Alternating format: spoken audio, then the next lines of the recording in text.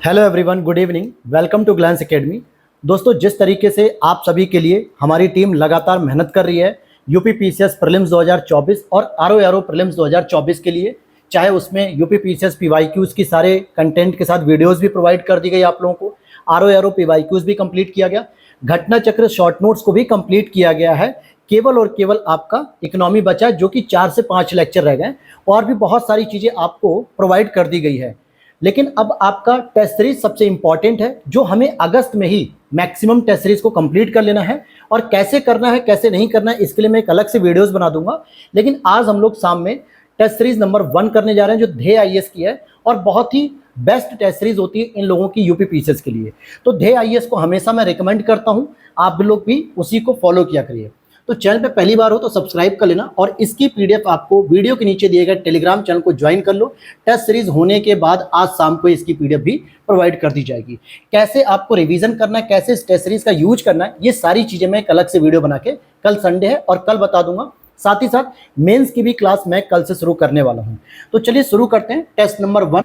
यहां पर ध्यान दीजिएगा कि जब 17 मार्च को पेपर था, तब ध्येय आईएएस की जो टेस्ट सीरीज थी थोड़ा अलग था उसका शेड्यूल। फिर उसके बाद जब जुलाई में पोस्टपोन किया गया तो फिर उन्होंने नई टेस्ट सीरीज शुरू की और अभी जब ऑफिशियली डेट आ गई है 22 अक्टूबर की, 27 अक्टूबर की, तो उनके बाद फिर उनकी टेस्ट सीरीज एक अलग शेड्यूल में आई। लेकिन ये जो आपको टेस्ट सीरीज कराई जा रही है, ये लेटेस्ट वाली टेस्ट सीरीज है, जिसको आपको जीएस को बहुत अच्छे से तैयार करना है। तो चलिए शुरू कर लेते हैं हम लोग। और ध्यान देना, पूरी टेस्ट सीरीज जितनी भी हम लोग करेंगे ध्येय आईएएस की, ये सारी की सारी मिक्स टेस्ट सीरीज होगी, जिसको हम लोग कहेंगे फुल लेंथ टेस्ट सीरीज, जिसमें सभी सब्जेक्ट को कंप्लीटेड होंगे, साथ ही साथ आपके करंट अफेयर्स भी इंक्लूड होगा। तो चलिए शुरू कर लेते हैं। हिंदी मीडियम में ये पूरी टेस्ट सीरीज रहेगी और यहाँ पर पहला क्वेश्चन से हम शुरू करेंगे। ध्यान देना, ये टेस्ट सीरीज में जो भी टिक लगाए गए हैं ये सही है या गलत है, इन पे कोई आपको विश्वास नहीं करना है। जो मैं आपको बताते चलूंगा वो टिक आपको लगाने हैं अपने भी पीडीएफ में जब आप लोग पास रहेगी, क्योंकि यहाँ पे कुछ स्टूडेंट के द्वारा ये किया गया, कुछ क्वेश्चन इनके सही है, कुछ गलत है, कोई क्वेश्चन अटेम्प्ट नहीं किए गए, तो इन पे नहीं जाना है। तो चलिए शुरू कर लेते हैं।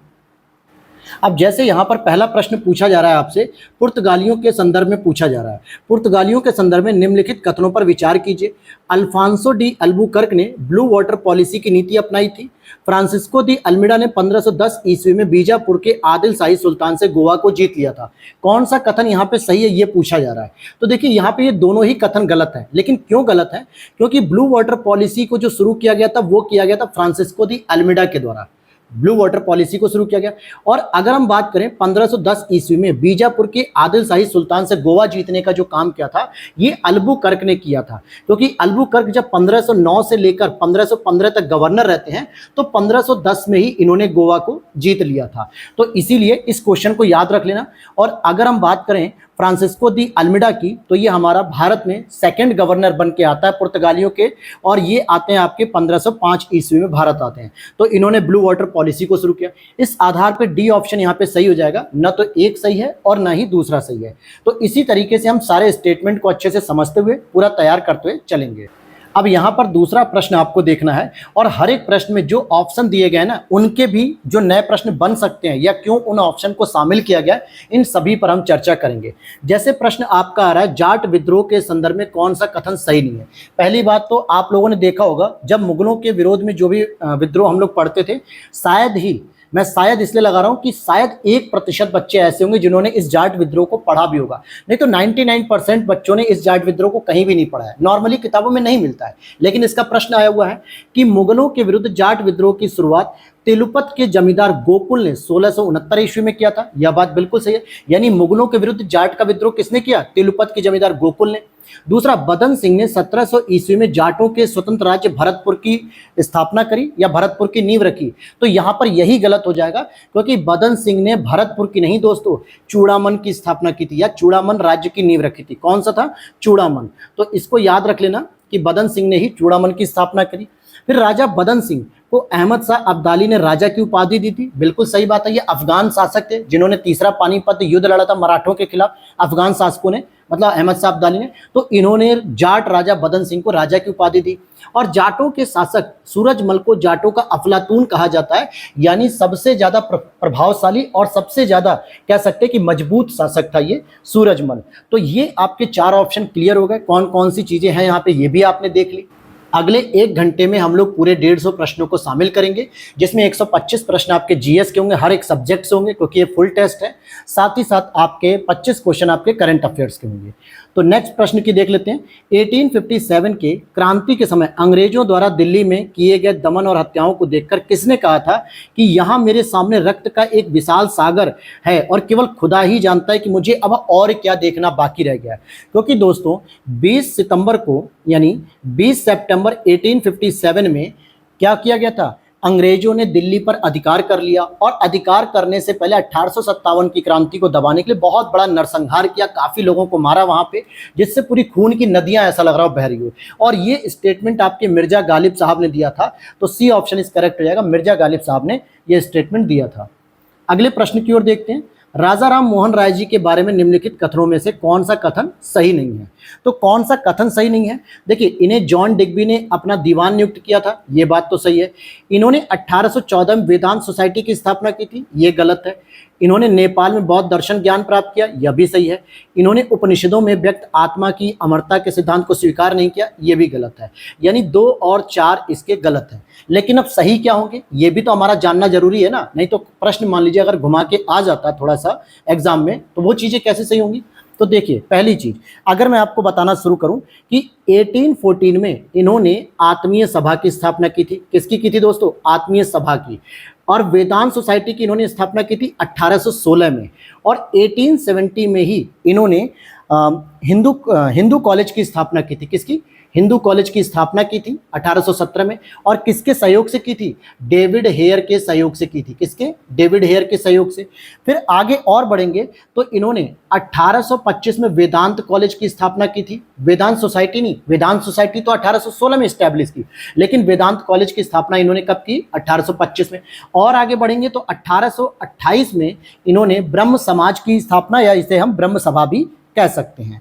तो इस आधार पर मैंने पॉइंट नंबर 2 को क्लियर कर दिया कि 1814 में आत्मीय सभा की स्थापना हुई, वेदांत सोसाइटी की नहीं, क्योंकि वेदांत सोसाइटी 1816 में हुई, 1817 में हिंदू कॉलेज, 1825 में वेदांत कॉलेज, 1828 में ब्रह्म समाज। ये जो ईयर बता रहा हूं मैं, अगर जब आप इसकी पीडीएफ ले लेना तो अपना उस तरीके से उस पर एडिट कर लो, या फिर हार्ड कॉपी में अगर आपके पास है तो भी एडिट कर लो, नहीं तो कहीं पेन पे डाउन मतलब नोट डाउन करते हुए चलो। ये सारी चीजें आपको जनरली कहीं पे नहीं मिलेंगी, एक जगह पे तो नहीं मिलेंगी, और जब एग्जाम में आएगा तो आप कंफ्यूज होगे। आगे देख लेते हैं। चौथे स्टेटमेंट की बात करें, इन्होंने उपनिषदों में व्यक्त आत्मा की अमरता के सिद्धांत को स्वीकार किया था दोस्तों, अस्वीकार नहीं किया बल्कि स्वीकार किया था। इसी आधार पे दूसरा और चौथा गलत था, तो डी ऑप्शन हो जाएगा इसका, लेकिन उसकी व्याख्या हमने पूरी डिटेल से समझ ली। अगला प्रश्न है, पहला भारतीय किसान स्कूल 1938 में कहाँ खोला गया था? तो ये सही हो जाएगा, गुंटूर आंध्र प्रदेश में इसको खोला गया था। कुछ प्रश्न सीधे स्ट्रेट फॉरवर्ड है, जिसमें आपको कोई डिटेल या कोई व्याख्या की आवश्यकता नहीं है, या यूं कहें कि उसमें कुछ नहीं हो सकती इस तरीके से। अगले प्रश्न को देखते हैं। यहाँ पे कुछ कांग्रेस के अधिवेशन है और उनमें जो कार्यक्रम निर्धारित किए गए थे या संपन्न हुए उसकी बात की जाएगी। जैसे लाहौर का अधिवेशन 1929 में हुआ, तो जहाँ पे रावी नदी के तट पे पूर्ण स्वराज की मतलब शपथ ली गई कि हम पूर्ण स्वराज की प्राप्ति करेंगे। कराची अधिवेशन 1931 में हुआ था, जहाँ पे आप देखोगे मौलिक अधिकार के ऊपर जो है कि मोहर लगाई गई। फैजपुर अधिवेशन 1937 का, जिसमें आप अगर देखोगे 1937 की अगर हम बात करते हैं तो मूलभूत कृषि के लिए एक कार्यक्रम शुरू किया गया। और रामगढ़ में 1940 में ये राष्ट्रीय एकता से संबंधित था। तो ये तो हमने मिलान कर लिया, लेकिन इंपॉर्टेंट ये भी है कि इसकी अध्यक्षता किसने की। तो देखिए, यहाँ पर लाहौर वाले की अध्यक्षता की गई थी JL नेहरू के द्वारा, जवाहरलाल नेहरू जी के द्वारा। कराची में अध्यक्षता की गई थी सरदार वल्लभ भाई पटेल जी के द्वारा। जब गांधी इरविन समझौता हुआ था 1930 में, और इस समझौते को क्या करना था, मतलब 1931 में जब हुआ था, तो इस समझौते को जो है कि कांग्रेस के पटल पे लाया गया और उसको प्रमाणित किया गया कि हाँ भाई ये समझौते हुए हैं। और इसी 1931 के कराची अधिवेशन में महात्मा गांधी जी को काले झंडे दिखाए गए थे। क्यों? क्योंकि लोगों की ये उम्मीद थी कि गांधी जी इरविन से समझौता करते हुए भगत सिंह और उनके जो साथी मित्र थे उनकी फांसी को भी रुकवा सकेंगे, लेकिन वो फांसी रुकवाने में असफल रहे, जिसकी वजह से 23 मार्च 1931 को भगत सिंह, सुखदेव, राजगुरु को फांसी दे दी गई। इस वजह से गांधी जी का उसमें विरोध भी किया गया। तो वहीं पर एक स्टेटमेंट भी यूज किया गया गांधी जी के द्वारा कि गांधी मर सकता है किंतु गांधीवाद नहीं मर सकता। यानी मेरे विचार नहीं मर सकते, मेरा जो विचार सर्वोदय का है, सत्याग्रह का, अहिंसा का, ये कभी नहीं मरेगा, मैं भले मर जाऊंगा क्योंकि मेरा शरीर तो भौतिक है।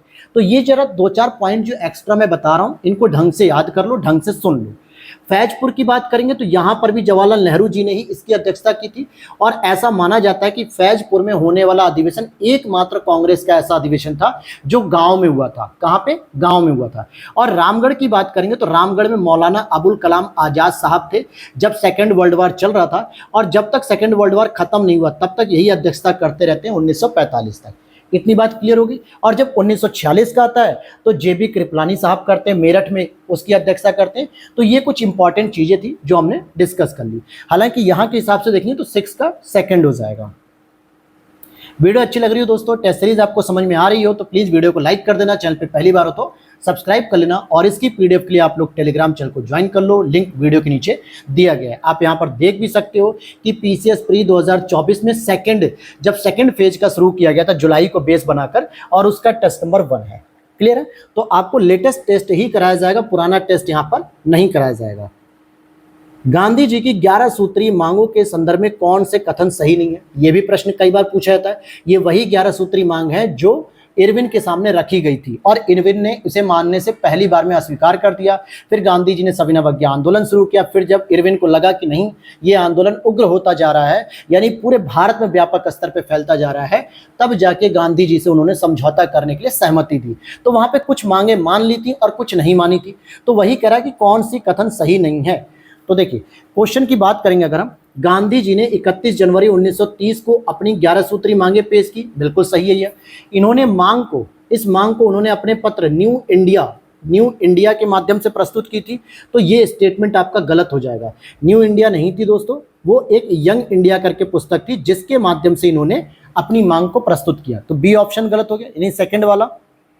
फिर इन मांगों में भू राजस्व में 70% की कटौती करने की मांग शामिल थी, ऐसा नहीं था, केवल 50% कटौती करने की मांग थी, यानी कि दूसरा और तीसरा गलत हो गया। सिविल सेवा के वेतन में 50% की कटौती करने की मांग थी, यह बात सही है। अर्थात 2 और 3 इनका गलत है। 2 क्यों गलत है? क्योंकि न्यू इंडिया नहीं, यंग इंडिया में इन्होंने मांग रखी। तीसरा क्यों गलत है? कि 50% कटौती करने की मांग की गई थी, 70% नहीं थी। हालांकि और भी कुछ मांगे थी जिनको ध्यान से सुन लो। इन्होंने यह भी कहा कि जो सेना के ऊपर व्यय किया जाता है ना, भारत के ऊपर कंट्रोल करने के लिए, सेना के व्यय में लगभग 50% की कटौती करो। और साथ ही साथ इन्होंने कहा कि पूर्ण शराबबंदी को लागू करो, पूर्ण शराबबंदी को जो है कि लागू करो। और भी मांग थी कि राजनीतिक बंदियों को रिहाई दी जाए, यानी राजनीतिक बंदियों का मतलब जो नेताओं को आपने गिरफ्तार कर रखा है उनकी रिहाई की जाए, यानी उनको छोड़ दिया जाए। और भू राजस्व में 50% कटौती। तो ये 3-4 मांगे और थी, तो इनको भी समझ लेना। तो यहाँ पे पूछा जा रहा है कौन सा सही नहीं है, तो 2 और 3 आपका सही नहीं है। चलिए क्वेश्चन नंबर 7 पे, अब यहाँ पर क्वेश्चन नंबर 7 देखते हैं क्या कहता है। क्वेश्चन नंबर 7, मार्च 1942 में ब्रिटिश सरकार क्रिप्स मिशन भारत भेजने की घोषणा की गई थी, बिल्कुल सही बात है। और विश्व के कई देशों ने ब्रिटेन पर भारत को स्वतंत्र करने के लिए दबाव डाला था, यह बात भी सही है। तो दोनों की जरा व्याख्या की बात करें तो दोनों सही भी हैं और दोनों व्याख्या भी कर रहे हैं, इसीलिए क्रिप्स मिशन को भारत भेजा गया। तो थोड़ा सा और डाटा कलेक्ट कर लीजिए, क्योंकि इतिहास में तो डाटा ही पूछा जाता है।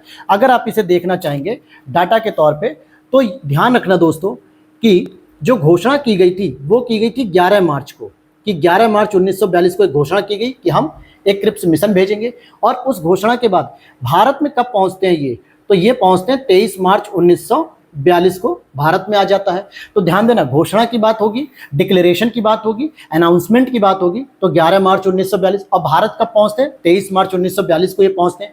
साथ ही साथ अगर आप देखोगे कि उस दौरान यूके के प्राइम मिनिस्टर कौन थे दोस्तों? चर्चिल महोदय थे। उस समय चर्चिल महोदय ने ही ये कहा था। और जो विश्व के अन्य देश कौन थे? जैसे ऑस्ट्रेलिया हो गया, चाइना हो गया, अमेरिका हो गया, ये सभी देश दबाव बना रहे थे ब्रिटेन पे, क्योंकि जापान अपनी शक्तियों के माध्यम से बहुत तेजी से आगे बढ़ रहा था और भारत पे अटैक करने का उसका पूरा इरादा बन चुका था। तो भारतवासियों को भी नुकसान होता और अंग्रेजों को तो होता ही होता। इसीलिए सेकेंड वर्ल्ड वॉर में भारत की स्थिति को और मजबूत करने के लिए और जापान को कमजोर करने के लिए इन्होंने ये सोचा क्यों ना भारतवासियों को कुछ छूट दे दी जाए, रियायत दे दी जाए और इनका सहयोग ले लिया जाए। तो ये पूरा मामला था।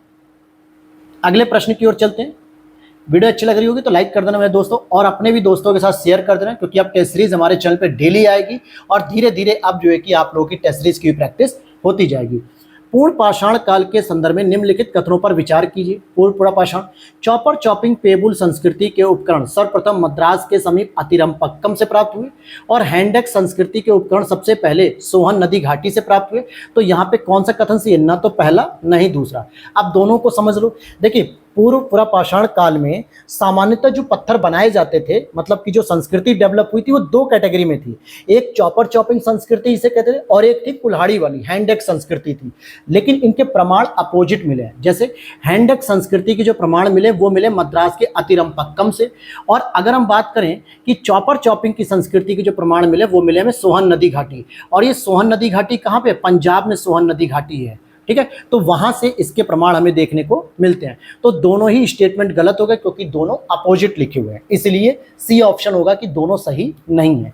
अगला प्रश्न है, मौर्य काल के संदर्भ में निम्नलिखित कथनों पर विचार कीजिए, कौन से कथन सही नहीं है।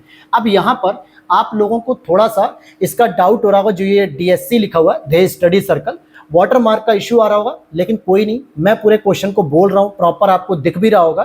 थोड़ा बहुत अगर प्रॉब्लम हो रही होगी तो एडजस्ट करना, क्योंकि ध्येय स्टडी सर्कल के द्वारा ये वाटरमार्क ही लगाया जाता है जो रिमूव नहीं होता है। तो देख लेते हैं अगले प्रश्न को। मौर्य काल के संदर्भ पूछा रहा है, उपरोक्त में से कौन सा सही है? मौर्य काल की राजकीय मुद्रा पर्ण थी और यह सोने की बनी होती थी। तो देखिए, राजकीय मुद्रा पर्ण थी, ये तो सही बात है, लेकिन दोस्तों ये सोने की बनी हुई नहीं थी, बल्कि किसकी बनी हुई थी? चांदी की बनी हुई थी। इसलिए पहला सही है, दूसरा गलत है, इसीलिए आपका ए ऑप्शन करेक्ट हो जाएगा। तो अगर हम बात करें सोने के कौन कौन से सिक्के बने हुए थे मौर्य काल के समय में, तो एक सिक्का आपने सुना होगा निष्क, और एक सिक्का आपने सुना होगा सुवर्ण। तो सुवर्ण तो समझ में आ रहा है भाई, गोल्ड को ही कहते हैं, लेकिन निष्क किसे कहते हैं? वो भी सोने के बने हुए सिक्के थे। और पर्ण की बात करेंगे तो चांदी के बने हुए थे। अगले प्रश्न की ओर चलते हैं, 11 नंबर प्रश्न को। कलिंग के चेदी वंशीय शासक खारवेल के संदर्भ में कौन सा कथन सही नहीं है? आप देखिए, इसका हाथी गुम्फा अभिलेख नहरों की जानकारी देने वाला प्रथम अभिलेखी साक्ष्य, बिल्कुल नहरों की जानकारी देने वाला प्रथम अभिलेखी साक्ष्य भी है। और इसी अभिलेख में यह भी बताया गया है, कि महापद्मनंद, ध्यान से ना, महापद्मनंद द्वारा ही कलिंग में क्या किया गया था? नहर खुदवाई गई थी। क्या किया गया था? नहर खुदवाने का उल्लेख था। तो ध्यान से समझो, जो हाथी गुम्फा अभिलेख है उसमें नहरों की जानकारी तो मिल रही है, लेकिन किसके नाम से? कि महापद्मनंद ने कलिंग में नहर खुदवाई थी, ये जानकारी मिल रही है। दूसरा, हाथी गुम्फा अभिलेख में बौद्ध भिक्षुओं को ग्राम दिए जाने का उल्लेख है? बिल्कुल नहीं। खारवेल शासक जैन धर्म का समर्थक था, इसलिए बौद्ध भिक्षु नहीं, बल्कि जैन धर्म के समर्थकों के लिए उसने दान दिए थे। दान तो दिए थे, लेकिन जैन धर्म के समर्थक। तो दूसरा स्टेटमेंट यहाँ पे गलत है। फिर इसने पांड्य शासकों के यहाँ गधे से हल भी चलवाया था। बिल्कुल सही बात है, गधों से हल भी चलवाया था। और इसी अभिलेख में चोल, चेर, पांड्य, इन तीनों राज्यों को पराजित करने का भी उल्लेख है। यानी इन तीनों राज्यों को पराजित भी किया, किसने? खारवेल ने पराजित किया, तो इनका भी उल्लेख है। इसीलिए तो जब पराजित कर दिया पांडवों को, तो पांडवों से क्या किया? गधे से हल चलवाया। पांड्य शासकों के यहाँ पे इसने गधे से भी हल चलवा दिया। और एक और बात ध्यान रखना, चेदी वंश के अगर संस्थापक की बात करें कि इस वंश का संस्थापक कौन था दोस्तों, तो महामेघवाहन था। कौन था दोस्तों? महामेघवाहन। याद रख लेना इसके संस्थापक को भी। अक्सर चेदी वंश से खारवेल के बारे में पूछा जाता है, लेकिन कहीं ऐसा ना हो कि खारवेल को हटा के वो संस्थापक पूछ दे, तो याद रख लेना। अगला प्रश्न है 12 नंबर, एकता व्यवस्था के बारे में पूछा जा रहा है। क्या कह रहा है? सही कथन चुनिए। तो भाई एकता व्यवस्था के बारे में अगर आप देखोगे, एकता व्यवस्था की विस्तृत व्याख्या निजामुल मुल्क तुसी, यानी निजामुल मुल्क तुसी की पुस्तक एक सियासतनामा थी, उसमें मिलती है। बिल्कुल सही बात है। भारत में एकता व्यवस्था को प्रारंभ करने का श्रेय किसको है? मोहम्मद गौरी को है। और एकता व्यवस्था को व्यवस्थित ढंग से प्रारंभ करने का श्रेय किसको? इल्तुतमिश को, ये भी सही है। फिरोज तुगलक ने एकताओं पर इक्तेदारों के वंशानुगत अधिकार को स्वीकृति प्रदान कर दी, हालांकि ये भी बात सही है। तो ध्यान से समझना कि भारत में जब मोहम्मद गौरी अपना शासन छोड़कर जाता है, कुतुबुद्दीन ऐबक के भरोसे छोड़ देता है और कुतुबुद्दीन ऐबक लाहौर से शासन करता है, तो कुतुबुद्दीन ऐबक का एक दामाद है, कौन? इल्तुतमिश। और उस समय इल्तुतमिश को मोहम्मद गौरी ने क्या किया था? एक एकता व्यवस्था प्रदान की थी। एकता मतलब एक जमींदारी दे देना, किसी एक क्षेत्र पे शासन करने की छूट दे देना, उसी को एकता कहा जाता है। और इसको फिर सिस्टमैटिक तरीके से तैयार करने और सिस्टमैटिक तरीके से शुरू करने का श्रेय इल्तुतमिश को जाता है। और इन्होंने इसमें ट्रांसफर पद्धति को भी रखा था। यानी अगर उसे लगेगा इल्तुतमिश को कि कोई ऐसा व्यक्ति जिसको हमने एकता दी है और वहां से जो है कि वो घोटाला कर रहा है, गबन कर रहा है, वो सही से काम नहीं कर रहा है, तो उसका ट्रांसफर कर दिया जाएगा, जैसे आज की व्यवस्था में। लेकिन आगे चल के मोहम्मद बिन तुगलक की कार्यप्रणाली से जब तुर्की उलेमा और तुर्की जो सरदार थे वो जब नाराज होने लगे मोहम्मद बिन तुगलक की गतिविधियों से, तो फिरोज शाह तुगलक ने उन्हें संतुष्ट करने के लिए एकता व्यवस्था को वंशानुगत कर दिया। बोला अब इसके लिए आप टेंशन फ्री हो जाओ, आपके बाद आपके बच्चों को मिलेगी, आपके बच्चों के बाद आपको पोतों को मिलेगी और कोई ट्रांसफर पद्धति नहीं होगी। और उसी समय से वंशानुगत होते ही इसकी गति खराब हो गई, यानी एकता व्यवस्था ध्वस्त होती चली गई। तो हालांकि चारों स्टेटमेंट यहाँ पर सही है। तो चारों के बारे में जानकारी आपने अच्छे से समझ ली। आगे देखते हैं, महाभारत का तेलुगु भाषा में अनुवाद करने के लिए निम्नलिखित में से किनका योगदान सही माना जाता है। तो ध्यान से समझो मेरी बात दोस्तों, कई लोग होते हैं, मैं यूट्यूब पर देखता हूं कि टेस्ट पेपर को पढ़ते हैं, आंसर बताते चलते चले जाते हैं, लेकिन जहां पर आपको टेस्ट पेपर करने के साथ कुछ चीजें एक्स्ट्रा मिल रही हो, कुछ चीजें पॉइंट ऐसे मिल रहे हो जो एग्जाम में पूछे जाते हैं, अक्सर उनकी संभावना होती है, तो वो बेहतर तरीके से आपको टेस्ट समझ में आते हैं। अदरवाइज टेस्ट पेपर का मतलब ये बिल्कुल नहीं है कि बस आप क्वेश्चन पढ़ रहे हो उत्तर रटते जाओ। आप उन क्वेश्चन के माध्यम से अपने टॉपिक के आसपास की चीजों को कैसे समझते हो और उसमें जो कमियां हैं उनको कैसे सही करते हो, ये उसका उद्देश्य होना चाहिए। यहां पर अगर हम महाभारत के तेलुगु अनुवाद की बात करें तो देखिए, नन्या ने इसको शुरू किया था लेकिन ये पूरा नहीं कर पाए, इनकी मृत्यु हो गई। फिर तिकन्ना ने भी इसको पूरा करने की कोशिश की, हालांकि ये भी पूरा नहीं कर पाए, और लास्ट में येर्रा प्रगदा ने इसको पूरा किया। तो नन्या ने शुरू किया, तिकन्ना ने थोड़ा योगदान दिया, बाद में प्रगदा ने इसे कंप्लीट किया। तो 1 2 3 सही है। अगर वीरभद्र की बात करेंगे तो इन्होंने कालिदास की एक रचना है दोस्तों, उसका नाम क्या है, कालिदास की एक रचना अभिज्ञान शकुंतलम, इसका तेलुगु अनुवाद किया था, इसका तेलुगु अनुवाद किया था, ये कालिदास की रचना है। अगला प्रश्न है बीरबल के बारे में कौन सा कथन सही नहीं है। अकबर ने इन्हें कविराज तथा राजा की उपाधि दी थी, ये बात तो बिल्कुल सही है।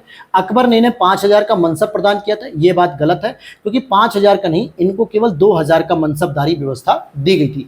5000 का मनसब तो उसने मानसिंह को दिया था, जोधा भाई के भाई को मानसिंह को दिया था। अकबर ने इन्हें नगरकोट, कांगड़ा, कालिंजर की जागीर प्रदान की थी, बिल्कुल सही बात है। और उनकी मृत्यु 1586 ईस्वी में यूसुफ जाइयों के विरुद्ध लड़ते हुए हो गई थी, यह भी सही बात है। हालांकि बीरबल क्या थे, अपने पैदाइशी धर्म से वो हिंदू थे, क्योंकि इनके जो बचपन का नाम था या इनका प्रारंभिक नाम, वास्तविक नाम महेश दास था। क्या था, महेश दास था। तो यहाँ पे बी ऑप्शन गलत हो जाएगा कि इनको 5000 नहीं 2000 की मनसब प्राप्त थी। अगला प्रश्न है आपका, निम्नलिखित में से किस इमारत को रोमांस इन द स्टोन, पत्थर में रूमानी कथा के नाम से जाना जाता है। अब यहाँ पे ताजमहल बिल्कुल मत लगा देना कि प्रेम कथा पूछी जा रही है। इसका सही उत्तर होगा फतेहपुर सीकरी में स्थित जामी मस्जिद। कौन सी, फतेहपुर सीकरी में स्थित जामी मस्जिद, ये इसका सही उत्तर होगा। अगला प्रश्न है आपका क्वेश्चन नंबर 16 को देखते हैं। अब यहाँ पे कुछ पॉलिटी के प्रश्न आएंगे। भारतीय संविधान विश्व का सबसे लंबा लिखित संविधान है, बिल्कुल सही बात है।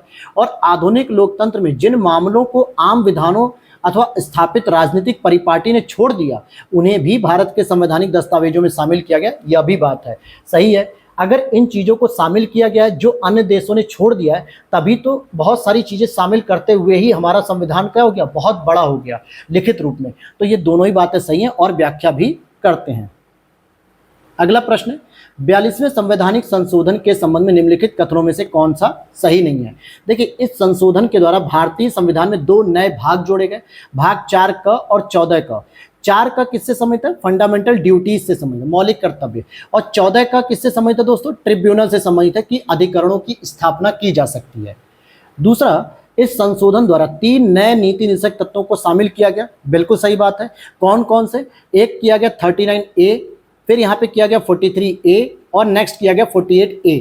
इन तीनों को डीपीएसपी में एड ऑन किया गया। नेक्स्ट देखते हैं, इस संशोधन द्वारा 7 विषयों को राज्य सूची से समवर्ती सूची में स्थानांतरित किया गया। तो ये बात गलत है, केवल 5 विषयों को शामिल किया गया था।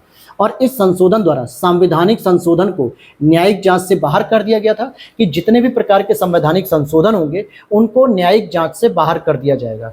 लेकिन बाद में जाके जब एक और निर्णय आता मिनर्वा मिल्स केस का, तो उसमें इस चीज को रद्द कर दिया जाता है। 42वां संवैधानिक संशोधन दोस्तों 1976 में आयोजित हुआ था और इसको लघु संविधान भी कहा जाता है। कई बार पूछा था कि किस संवैधानिक संशोधन को लघु संविधान कहते हैं, तो 42वें, क्योंकि इसमें लगभग संविधान के लगभग 50 से 60 अनुच्छेदों में परिवर्तन किया गया था। तो ऐसा लग रहा था कि कहीं ना कहीं संविधान में काफी परिवर्तन किए गए, काफी चेंजेस किए गए, इसीलिए इसको लघु संविधान कह दिया गया।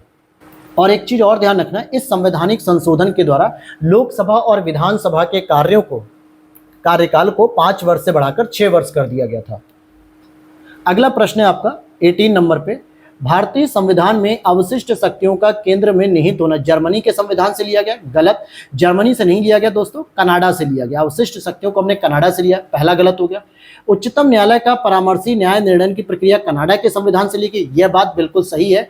ध्यान से समझना कि जो सुप्रीम कोर्ट परामर्श देती है ना, 143 के तहत राष्ट्रपति को जो परामर्श दिया जाता है, ये कनाडा से ही लिया गया है, इसीलिए केवल दूसरा स्टेटमेंट सही है, पहला गलत है। और अगर हम बात करें कि जर्मनी के संविधान से क्या लिया गया है, तो जर्मनी के संविधान से आपातकालीन शक्तियों को लिया गया है, आपातकालीन उपबंधों को लिया गया, साथ ही साथ आपातकालीन उपबंधों के दौरान फंडामेंटल राइट को स्थगित करने का भी या निलंबन करने की व्यवस्था ली गई है। तो पहला ही केवल सही। अगला प्रश्न यहाँ पे, भारतीय संविधान के अनुच्छेद 14 में विधि के समक्ष क्षमता और विधियों का समान संरक्षण की व्यवस्था की गई है। यह विचार कहाँ से लिया गया? यह अमेरिका के संविधान से लिया गया, बिल्कुल सही है। और एक सकारात्मक प्रवृत्ति, यह भी सही है, यानी आवश्यकतामंद व्यक्तियों के साथ उसी तरीके का व्यवहार करो। अब जैसे मान लो आपने कोई एक क्राइम किया, छोटा सा क्राइम, और आपको सजा मिल गई 1 साल की, और वही क्राइम अगर किसी बुजुर्ग व्यक्ति ने किया है तो उसको थोड़ी सी रियायत दे दी जाती है कि भाई आपका शरीर जो है कि 70-80 साल का बुजुर्ग हो चुके हो, आपको केवल 2 महीने की सजा मिलेगी, बशर्ते मर्डर नहीं होना चाहिए। पता चले मर्डर आपने किया, मर्डर बुजुर्ग ने किया, तो फिर तो बुजुर्गों को मर्डर करने की सुपारी मिलने लगेगी कि अरे दादा आप कर दो मर्डर, क्योंकि आपको 2 ही महीने की सजा है। ऐसा नहीं है, मर्डर करने यानी कि हेनियस क्राइम में तो कोई छूट नहीं है, लेकिन कुछ नॉर्मल क्राइम में छूट दे दी जाती है। क्लियर होगी बात? या फिर महिलाओं को, बच्चों को कुछ विशेष छूट दे दी जाती है, तो ये सकारात्मक प्रवृत्ति का है। जबकि आर्टिकल 14 विधि के समक्ष समता की समानता की बात करते हैं, यानी इक्वल बिफोर लॉ, विधि के समक्ष समान, तो ये आपके ब्रिटिश संविधान से ली गई है, जो कि एक नकारात्मक प्रवृत्ति है। तो यहाँ पे दोनों ही सही हो जाएंगे। अगला प्रश्न है आपका क्वेश्चन नंबर 20, बजट पारित होने से पहले संसद में निम्नलिखित में से 6 चरणों से उसे गुजरना पड़ता है। तो कौन कौन से चरण होते हैं? तो इसका पहला स्टेटमेंट सही, यानी सबसे पहले बजट का प्रस्तुतिकरण किया जाएगा वित्त मंत्री जी के द्वारा, फिर उसके बाद उस पर एक आम बहस की जाएगी लोकसभा में, क्योंकि बजट पहले वहीं प्रस्तुत हो रहा है। फिर उसके बाद विभागीय समितियों द्वारा जांच की जाएगी, जो विभिन्न मंत्रालयों से जो अनुदान की मांग की जाती है। रक्षा मंत्रालय ने कहा हमें 70,000 करोड़ चाहिए, शिक्षा मंत्रालय ने कहा हमें 20,000 करोड़ चाहिए, स्वास्थ्य मंत्रालय ने कहा हमें 35,000 करोड़ चाहिए, रेल मंत्रालय ने कहा हमें 40,000 करोड़ चाहिए। तो अलग अलग जो डिमांड आ रही है उनकी जाँच की जाती है विभागीय समितियों के द्वारा। इसके बाद अनुदान की मांग पर फिर मतदान किया जाता है कि जो जो मंत्रालय पैसे मांग रहे हैं क्या वो सही मांग रहे हैं, गलत मांग रहे हैं, इस पर मतदान करो। और उसके बाद विनियोग विधेयक का पारित होना, जब विनियोग विधेयक पारित होता है तब उसके बाद जो है कि उसको आगे बढ़ाते हैं, और लास्ट में वित्त विधेयक हमारा क्या होता है, पारित हो जाता है। तो इस तरीके से ये पूरा इसका क्रोनोलॉजी आपका फर्स्ट वाले की तरह चलेगा। अगला प्रश्न है, उच्चतम न्यायालय, ध्यान से समझिए, उच्चतम न्यायालय का न्यायाधीश बनने के लिए कौन सी अर्हताएं होनी चाहिए? देखिए, वो भारत का जन्मा नागरिक हो, ऐसी जरूरत नहीं है, बस वो भारत का नागरिक होना चाहिए, चाहे वो भारत में जन्मा हो या भारत से बाहर जन्मा हो, बाद में उसने भारतीय नागरिकता ग्रहण कर ली हो मान लो, तो भाई सिंपल सी बात है, भारत का नागरिक होना चाहिए। तो पहला स्टेटमेंट गलत। वह किसी उच्च न्यायालय का कम से कम 5 साल तक न्यायाधीश रहा हो, ये सही है।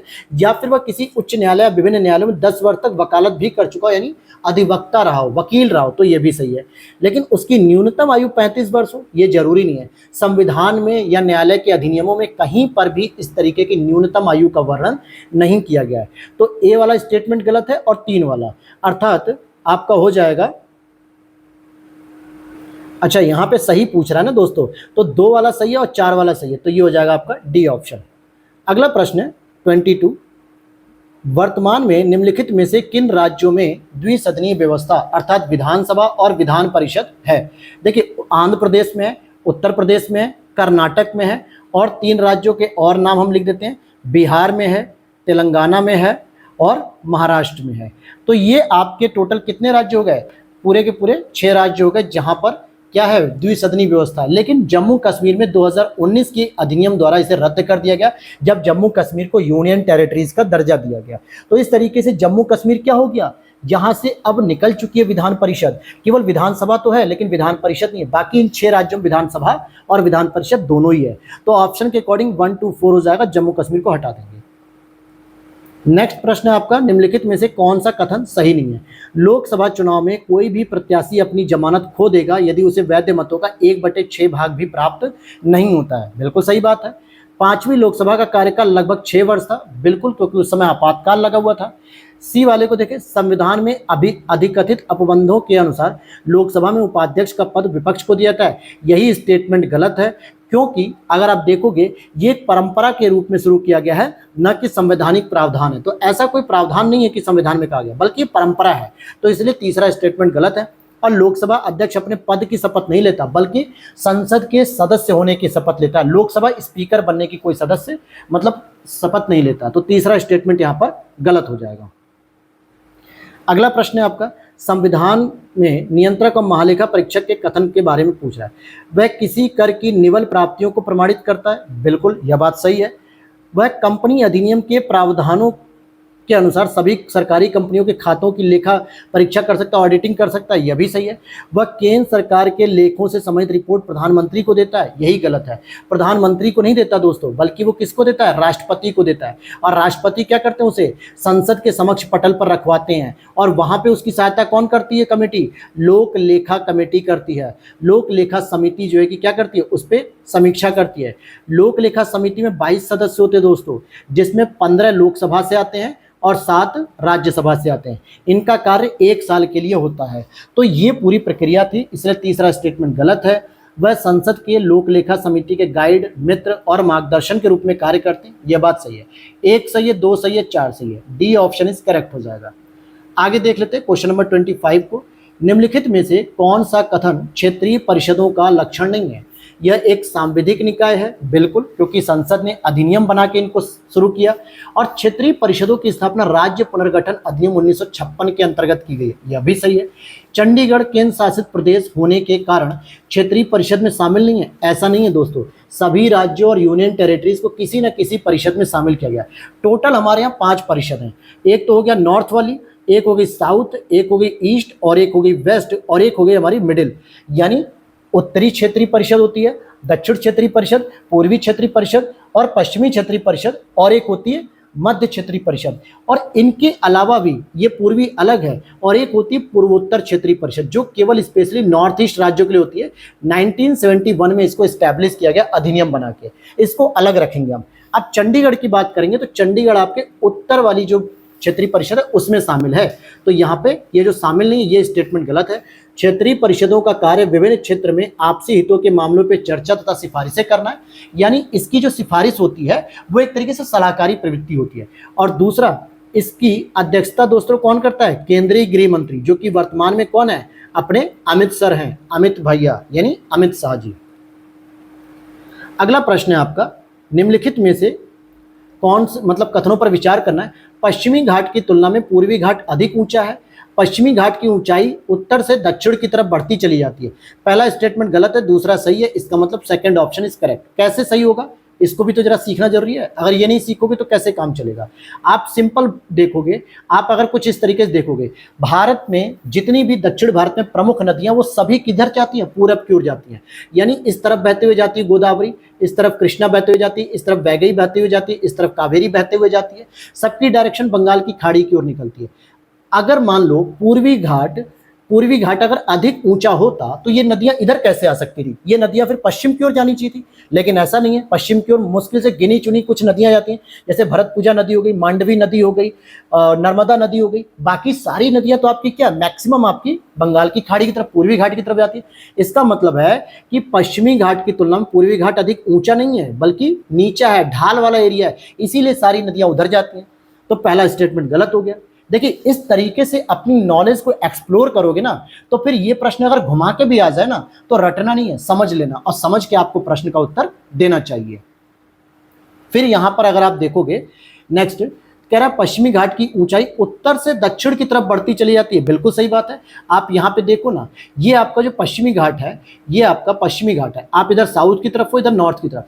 सबसे ऊंची चोटी पश्चिमी घाट पे कौन सी मिलती है? अनाईमुडी मिलती है। अनाईमुडी कहाँ पे मिलती है? केरल तमिलनाडु की सीमा पे, अन्नामलाई पहाड़ी पे। और वो कहाँ मिलती है? साउथ में मिलती है। इससे थोड़ी सी कम ऊंचाई पर मिलती है आपको नीलगिरी पहाड़ी, दोदा बेट्टा चोटी है ना वहां पे, दोदा बेट्टा नीलगिरी पे। तो इसका मतलब क्या? नॉर्थ में ऊंचाई कम है और दक्षिण में जाते समय इसकी बढ़ती चली जाती है ऊंचाई। तो ये बात सही है, दूसरा स्टेटमेंट सही हो गया। देखो, जो आपने फैक्ट पढ़े हैं उस चीज को कॉन्सेप्ट में ऐड करना ही आपकी एक कला है। अगला प्रश्न है, निम्नलिखित में से कौन से राज्य समूह महाराष्ट्र के साथ सीमा साझा करते हैं, तो महाराष्ट्र के साथ टोटल 6 राज्य सीमा साझा करते हैं, गुजरात, मध्य प्रदेश, छत्तीसगढ़, तेलंगाना, कर्नाटक, गोवा। अब जैसे मान लेते हैं कि अगर आपके महाराष्ट्र का कुछ हम लोकेशन बनाए तो कुछ इस तरीके से लोकेशन आपकी बनाते हैं, ये महाराष्ट्र की हो गई, ठीक है, ये भारत का एरिया हो गया। तो यहाँ पे आपको गुजरात बाउंड्री शेयर करेगा, यहाँ पे एमपी करेगा, फिर उसके बाद यहाँ पे छत्तीसगढ़ करेगा, यहाँ पे तेलंगाना करेगा, यहाँ पे कर्नाटक और यहाँ पे गोवा। इस तरीके से बाउंड्री शेयर होती है। कुछ जनजातियां हैं, जैसे लिम्बू जनजाति की बात करेंगे तो ये आपको सिक्किम में भी मिलेगी, भूटान में भी मिलेगी, तिब्बत में भी मिलेगी।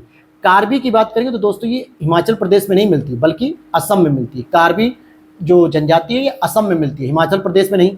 डोंगरिया कोंद ये उड़ीसा में मिलती है। कट्टू नायकन ये केरल में मिलती है। तो 1, 3, 4 आपका सही हो जाएगा और दूसरा गलत हो जाएगा, यानी 1, 3, 4 आपका सही हो जाएगा। देखिए मैंने आपसे शुरू में ही कहा था कि इस तरीके के टिक लगे हुए को आपको सही नहीं मानना है, जो मैं बता रहा हूं आपको वो मानना है, ठीक है। अब यहाँ पे अगर हम बात करते हैं कि जीव मंडल यानी जो आरक्षित क्षेत्र है जैव मंडल का, इसके बारे में, जीव मंडल नीचे विशेष प्रकार के भौमिक और तटीय पारिस्थितिकी तंत्र है जिन्हें यूनेस्को के मानव और जीव मंडल प्रोग्राम के अंतर्गत मान्यता प्राप्त है, बिल्कुल सही बात है। और भारत के 12 जीव मंडल नीचे यूनेस्को द्वारा जीव मंडल नीचे विश्व नेटवर्क पे मान्यता प्राप्त है, यह भी सही है। तो पहला और दूसरा दोनों ही सही हो जाएगा, सी। देखिए टोटल हमारे यहाँ जो बायोस्फीयर रिजर्व है वो है 18 दोस्तों, और 18 में से टोटल 12 ऐसे हैं जो यूनेस्को में शामिल हो चुके हैं, मैन एंड बायोस्फीयर रिजर्व में शामिल हो चुके हैं।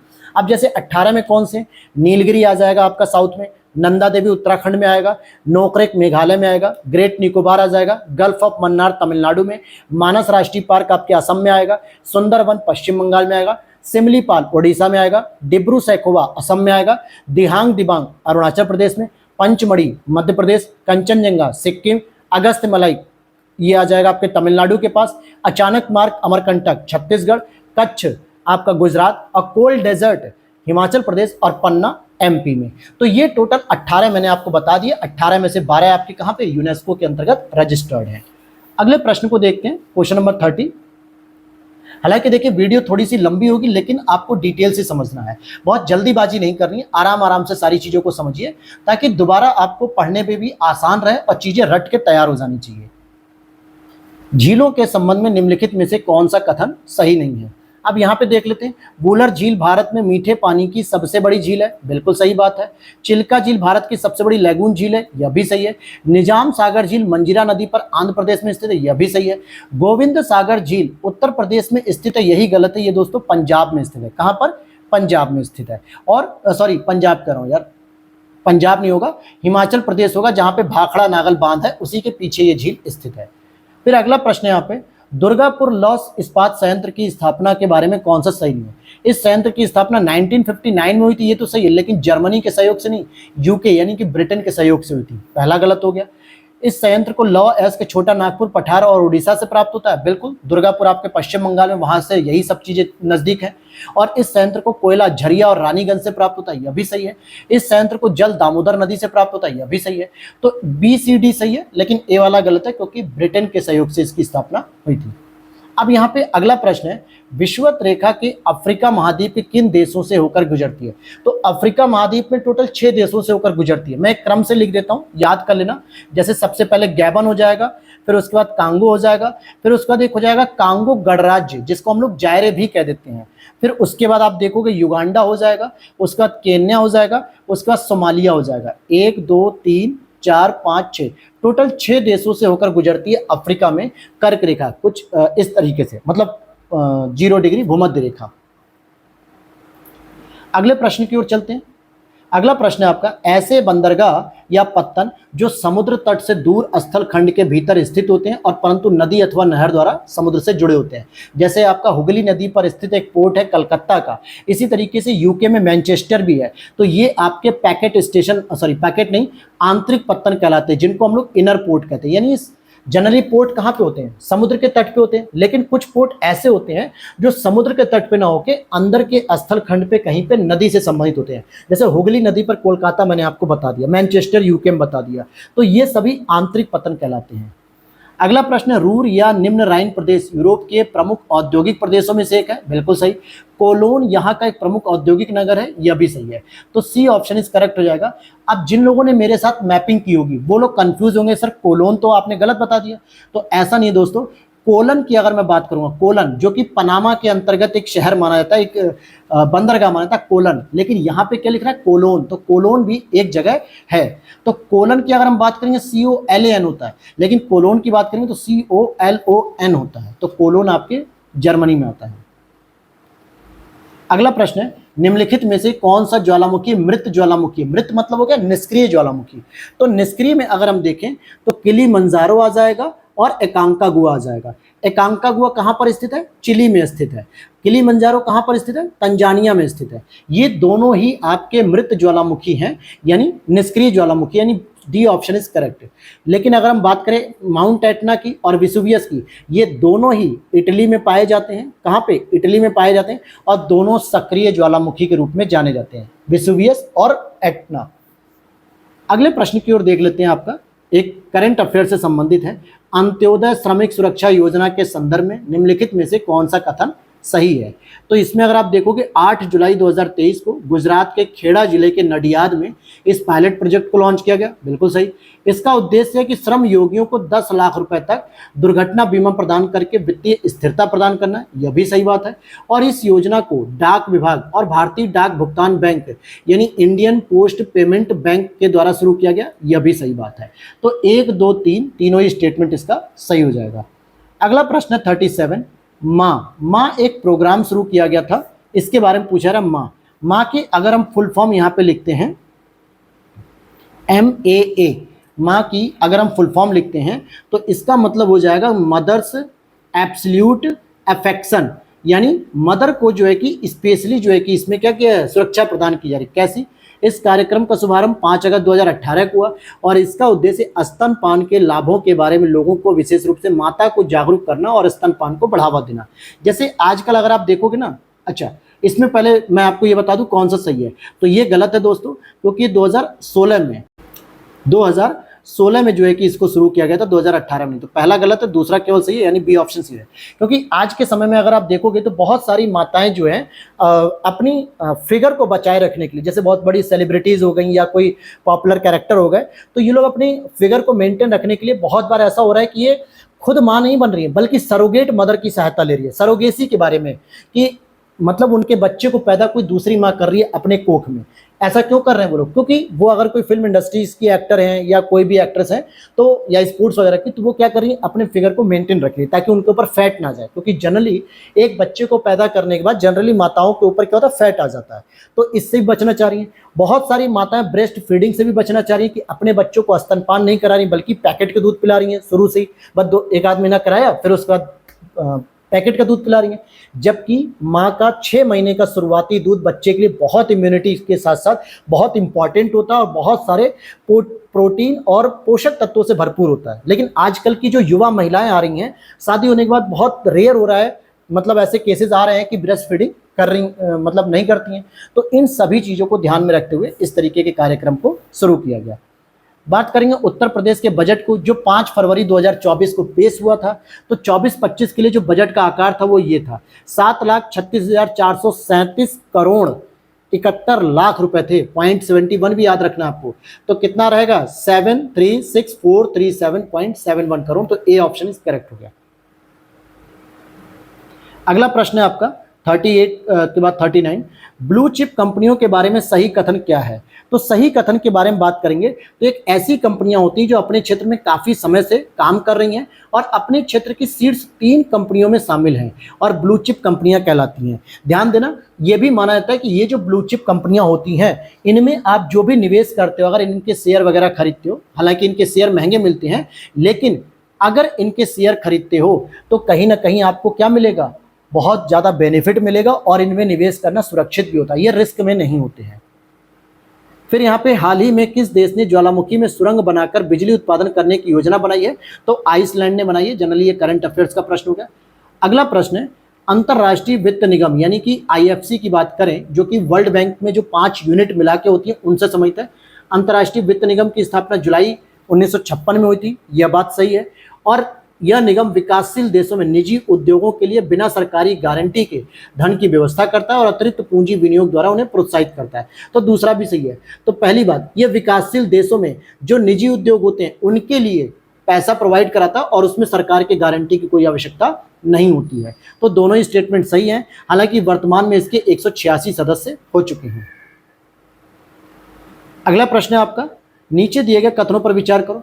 बर्फ का टुकड़ा पेय को ठंडा करता है। बिल्कुल, जो भी हम दूध हो गया, कॉफी हो गई, मिल्क हो गया, कुछ भी हो गया, अगर आप उसमें बर्फ डालते हो तो जनरली क्या होता है, बर्फ उस पेय पदार्थ को ठंडा कर देता है। और कैसे करता है, जो बर्फ को पिघलने के लिए जो हीट चाहिए ना, वो हीट क्या करता है, पेय से गुप्त ऊष्मा के रूप में ले लेता है, जिससे पेय क्या होता है, ठंडा होता है। अब जैसे मान लो आपको पानी पीना है, पानी में आपने बर्फ के टुकड़े डाल दिए, ठीक है, अब आप क्या करोगे, बर्फ को पिघलने के लिए कोई ना कोई गर्मी चाहिए, क्योंकि 0 डिग्री पे तो वो पिघला जमा हुआ है। 0 डिग्री से ऊपर जैसे आप बढ़ोगे 1 डिग्री 2 डिग्री, जहां पे उसे आप हीट दोगे, और वो हीट कहां से मिलेगी, पानी से मिलेगी, क्योंकि पानी नॉर्मल है। तो जब वो हीट बर्फ को पिघलने के लिए यूज होने लगेगी तो उस पेय पदार्थ की हीट क्या होगी, कम होती चली जाएगी, और जिससे वो पेय पदार्थ ठंडा हो जाएगा। तो इसीलिए ए ऑप्शन सही है कि ये व्याख्या भी कर रहा है। अगला प्रश्न है यहाँ पे, निम्नलिखित में से कौन सा एक सुमेलित नहीं है। तो देखिए, पौधों के जीवाश्म का अध्ययन करना पेडोलॉजी नहीं कहलाता, क्योंकि पेडोलॉजी की बात करेंगे तो ये मृदा का अध्ययन करता है, सामान्यतः मृदा की विशेषता के बारे में, मृदा के निर्माण के बारे में अध्ययन करता है। फूलों के अध्ययन को एंथोलॉजी कहते हैं, पोषण का अध्ययन ट्रोपोलॉजी कहते हैं, मनुष्य की पेशियों का अध्ययन करने के लिए मायोलॉजी, जिसे मांसपेशी कहते हैं। तो ए वाला गलत हो जाएगा।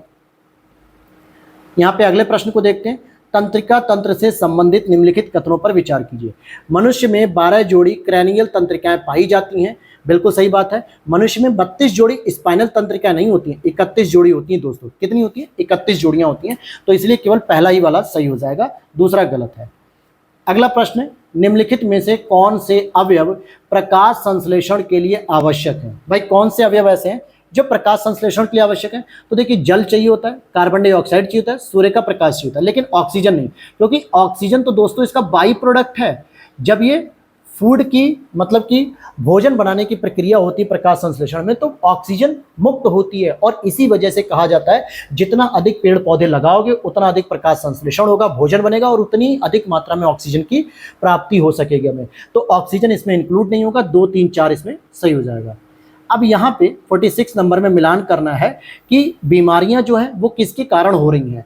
तो जैसे त्वचा कैंसर की बात करेंगे तो पराबैंगनी प्रकाश अगर आता है, अल्ट्रावायलेट रेज, जो कि समताप मंडल में ओजोन परत के द्वारा रोक लिया जाता है, तो इससे त्वचा कैंसर होता है। ध्वनि प्रदूषण को मेजर करने के लिए डेसिबल का प्रयोग होता है। ग्लोबल वार्मिंग बढ़ाने के लिए कार्बन डाइऑक्साइड बहुत इंपॉर्टेंट रोल प्ले कर रही है।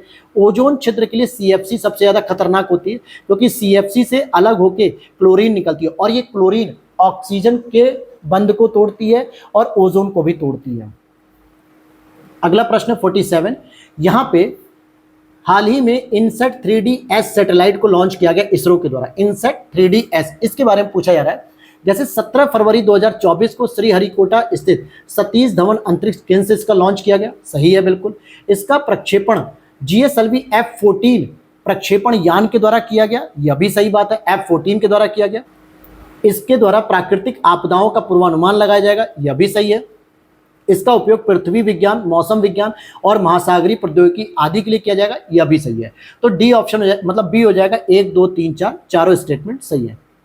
अगला प्रश्न है यहाँ पे 48 की बात करें, तेल के पृष्ठ पर डाली गई जल की बूंद सिकुड़कर गोल आकार धारण कर लेती है। बिल्कुल सही बात है, क्योंकि तेल का जो पृष्ठ तनाव होता है वो क्या होता है, अगर आप देखोगे तेल का जो पृष्ठ तनाव होता है वो सामान्यतः पानी से क्या होता है, ज्यादा होता है, मतलब कम होता है, सॉरी। और जिसका पृष्ठ तनाव ज्यादा होता है वो सामान्यतः अपने आप को सिकोड़ कर रखता है। इसलिए तेल के ऊपर अगर पानी की बूंदें पड़ती हैं, जल की बूंदें, तो सिकुड़ लेती हैं, ये भी सही है। और तेल और जल के बीच आसंजक बल जल के ससंजक बल से कम, परंतु तेल के ससंजक बल से अधिक होता है, इसीलिए जो है कि सामान्यतः क्या होता है, सिकुड़ जाती है। तो ए और आर दोनों सही है, इसकी व्याख्या भी कर रहा है। अगला प्रश्न, पानी में डूबा हुआ वायु का बुलबुला जिसकी सतह उत्तल होती है अवतल लेंस की भांति व्यवहार करता है। बिल्कुल सही बात है, ये स्टेटमेंट सही है।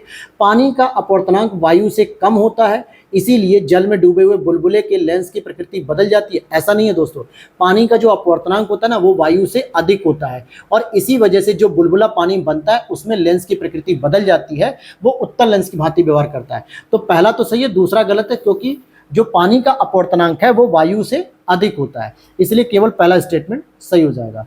अगला प्रश्न यहाँ पे ग्राफीन से रिलेटेड है। ग्राफीन पदार्थ के संदर्भ में निम्नलिखित में से कौन सा कथन सही नहीं है। तो तो यहाँ पर देखो, भारत में पहला ग्राफीन नवाचार केंद्र केरल के त्रिशूर में स्थापित किया जा रहा है, बिल्कुल सही है। ग्राफीन कार्बन का एक रूप है और यह लगभग पारदर्शी होता है, यह भी सही है। यह एक त्रिआयामी, तो दोस्तों बस यही गलत है, त्रिआयामी नहीं, ये 2D होता है, यानी द्विआयामी होता है। कैसा होता है? द्विआयामी। और यह विद्युत का सुचालक होता है, ये सही है, तो केवल सी वाला गलत हो गया। सर्वाधिक पुरुष जनसंख्या वाले 3 जिले कौन से हैं? तो देखिए, मुरादाबाद, गाजियाबाद, कानपुर नगर। हालांकि ये ऑप्शन आपका सही है, लेकिन अगर मैं 5 जिलों की बात करूं तो मुरादाबाद से भी ज्यादा जनसंख्या कहां पे है? प्रयागराज में। तो पहला होगा प्रयागराज, दूसरा मुरादाबाद, तीसरा गाजियाबाद, चौथा कानपुर, और इसके बाद आपका आएगा LKO यानी लखनऊ 5वें नंबर पे आ जाएगा। सर्वाधिक लिंगानुपात वाला जिला कौन सा है दोस्तों? तो सर्वाधिक लिंगानुपात आपके आजमगढ़ में 1019, यूपी की बात हो रही है। देवरिया सेकंड नंबर पे आता है 1017, और हमीरपुर और बागपत इन दोनों में एक ही बराबर है 861। तो सबसे अधिक कहां पे? आजमगढ़ में है। अगला प्रश्न यहां पर देख सकते हैं आप दोस्तों, उत्तर प्रदेश की जनगणना 2011 के संदर्भ में प्रश्न पूछा जा रहा है। और प्रश्न का लेवल भी देखिए, एकदम कॉमन नहीं पूछा जा रहा है, घुमा के पूछा जा रहा है। उत्तर प्रदेश में नगरीय शिशु लिंगानुपात 885 है क्या? बिल्कुल सही बात है। और दूसरा, सर्वाधिक नगरीय शिशु लिंगानुपात वाला जिला गाजियाबाद है, बस यही गलत है। टोटल शिशु लिंगानुपात नहीं पूछा जा रहा है, आपसे नगरीय और ग्रामीण के लेवल पे पूछा जा रहा है। तो नगरीय है अगर 885 है, तो पहले तो आपको पता होना चाहिए ग्रामीण शिशु लिंगानुपात कितना है दोस्तों? तो 906 है, जो कि नगर से ज्यादा ही है। और अगर हम बात करें कि सर्वाधिक, तो गाजियाबाद का नहीं है बल्कि मऊ का है। मऊ कहाँ पड़ता है? पूर्वांचल में पड़ता है दोस्तों। मुख्तार अंसारी का क्षेत्र याद होगा, जो है कि मऊ, आजमगढ़ के पास, ठीक है। तो सर्वाधिक शिशु लिंगानुपात मऊ का है। अगर हम न्यूनतम की बात करें तो आपका गाजियाबाद होना चाहिए। अच्छा, कितना है नगरीय में? अगर हम मऊ की देखें तो मऊ में नगरीय क्षेत्र में शिशु लिंगानुपात 954 है, जबकि गाजियाबाद का केवल 848 है, जो कि सबसे कम है। तो केवल पहला ही सही है, दूसरा वाला गलत है दोस्तों।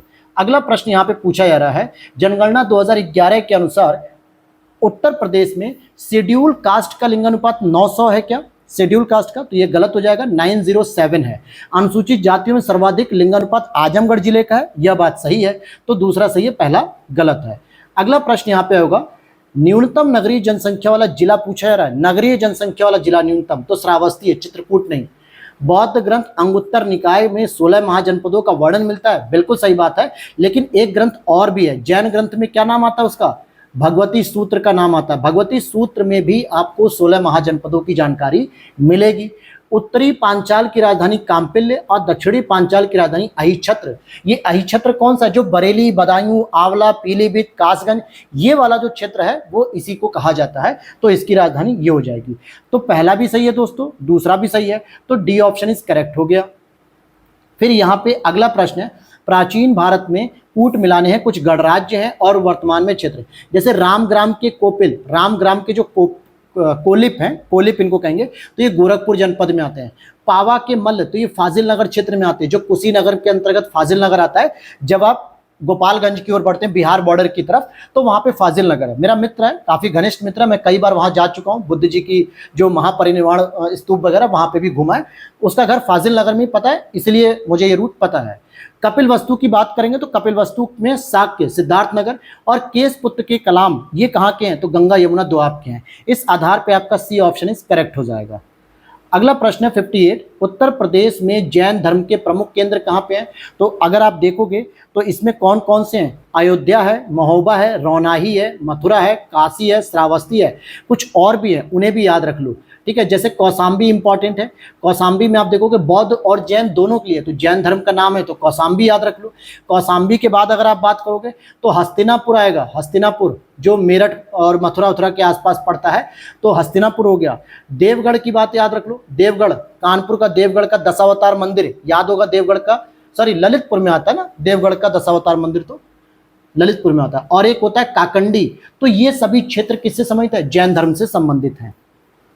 अगला प्रश्न है, यूनानी राजदूत मेगास्थनीज ने अपनी पुस्तक इंडिका में डायोनिसस और हेराक्लीज किसे कहा है? तो डायोनिसस इन्होंने शिव भगवान को कहा है और हेराक्लीज इन्होंने कृष्ण भगवान को कहा है। अगला यहाँ पे कुछ स्थल हैं और उनसे प्राप्त साक्ष्य के बारे में बात हो रही। जैसे मादहा की बात करेंगे, अगर आप मादहा की बात करते हो तो इसमें आपको मिलती है युगल समाधियाँ। युगल समाधियाँ ये आपके प्रतापगढ़ इलाहाबाद के पास बेलन घाटी मिलते हैं मादहा में। कोल्डियावा की बात करें तो ये कृषि का प्राचीनतम साक्ष्य यहाँ से मिला है। और सराय नहार राय की बात करेंगे तो ये आपकी झोपड़ी का फर्श मिला है। और लहुरा देव से बात करेंगे तो यहाँ पे कच्ची ईंटों के आवास देखने को मिलते हैं, अर्थात सेकंड वाला ऑप्शन सही हो जाएगा, 2 1 4 3। अगला प्रश्न यहाँ पर होगा 61 नंबर पे, यहाँ पे सस्टेनेबल डेवलपमेंट गोल है और उनका मिलान करने के लिए है। जैसे लक्ष्य 5 की बात करें तो महिलाओं के सशक्तिकरण से संबंधित है, यानी जेंडर इक्वालिटी जिसे हम कहते हैं। लक्ष्य 7 की अगर हम बात करते हैं तो ये आपके आधुनिक ऊर्जा तक पहुंच की बात होती है, यानी कि रिन्यूएबल और अफोर्डेबल एनर्जी होती है। लक्ष्य 14 की बात करें तो समुद्री संसाधनों का संरक्षण, और लक्ष्य 15 की बात करें तो मरुस्थलीकरण से सुरक्षा। तो ये आपका मिलान करने के बाद बी ऑप्शन इज करेक्ट हो जाएगा। अगला प्रश्न है आपका मॉन्ट्रेक्स रिकॉर्ड।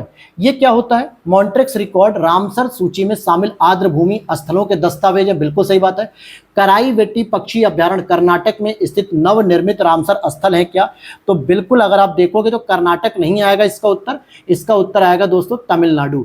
ये कहाँ पर स्थित है? तमिलनाडु में स्थित है, इसलिए दूसरा गलत है, पहला सही है। ध्यान देना कि तमिलनाडु में टोटल आपकी रामसर साइट 16 हो चुकी है, यूपी में रामसर साइट 10 है जो कि सेकंड नंबर पे आता है। पूरे भारत में इस समय टोटल रामसर साइट 82 हो चुकी हैं, जिसमें 81 नंबर पे आपको दिया गया नागी पक्षी अभ्यारण्य को, 82 नंबर पे आपको दिया गया नकटी पक्षी अभ्यारण्य, और ये दोनों ही कैमूर जिले के अंतर्गत आते हैं, यानी कि बिहार के अंतर्गत आते हैं। तो 81 और 82 दोनों बिहार से संबंधित है। पूरे भारत में तमिलनाडु में सबसे अधिक है और सेकंड नंबर पे यूपी में है। नीचे दिए गए कथनों पर पढ़ना है।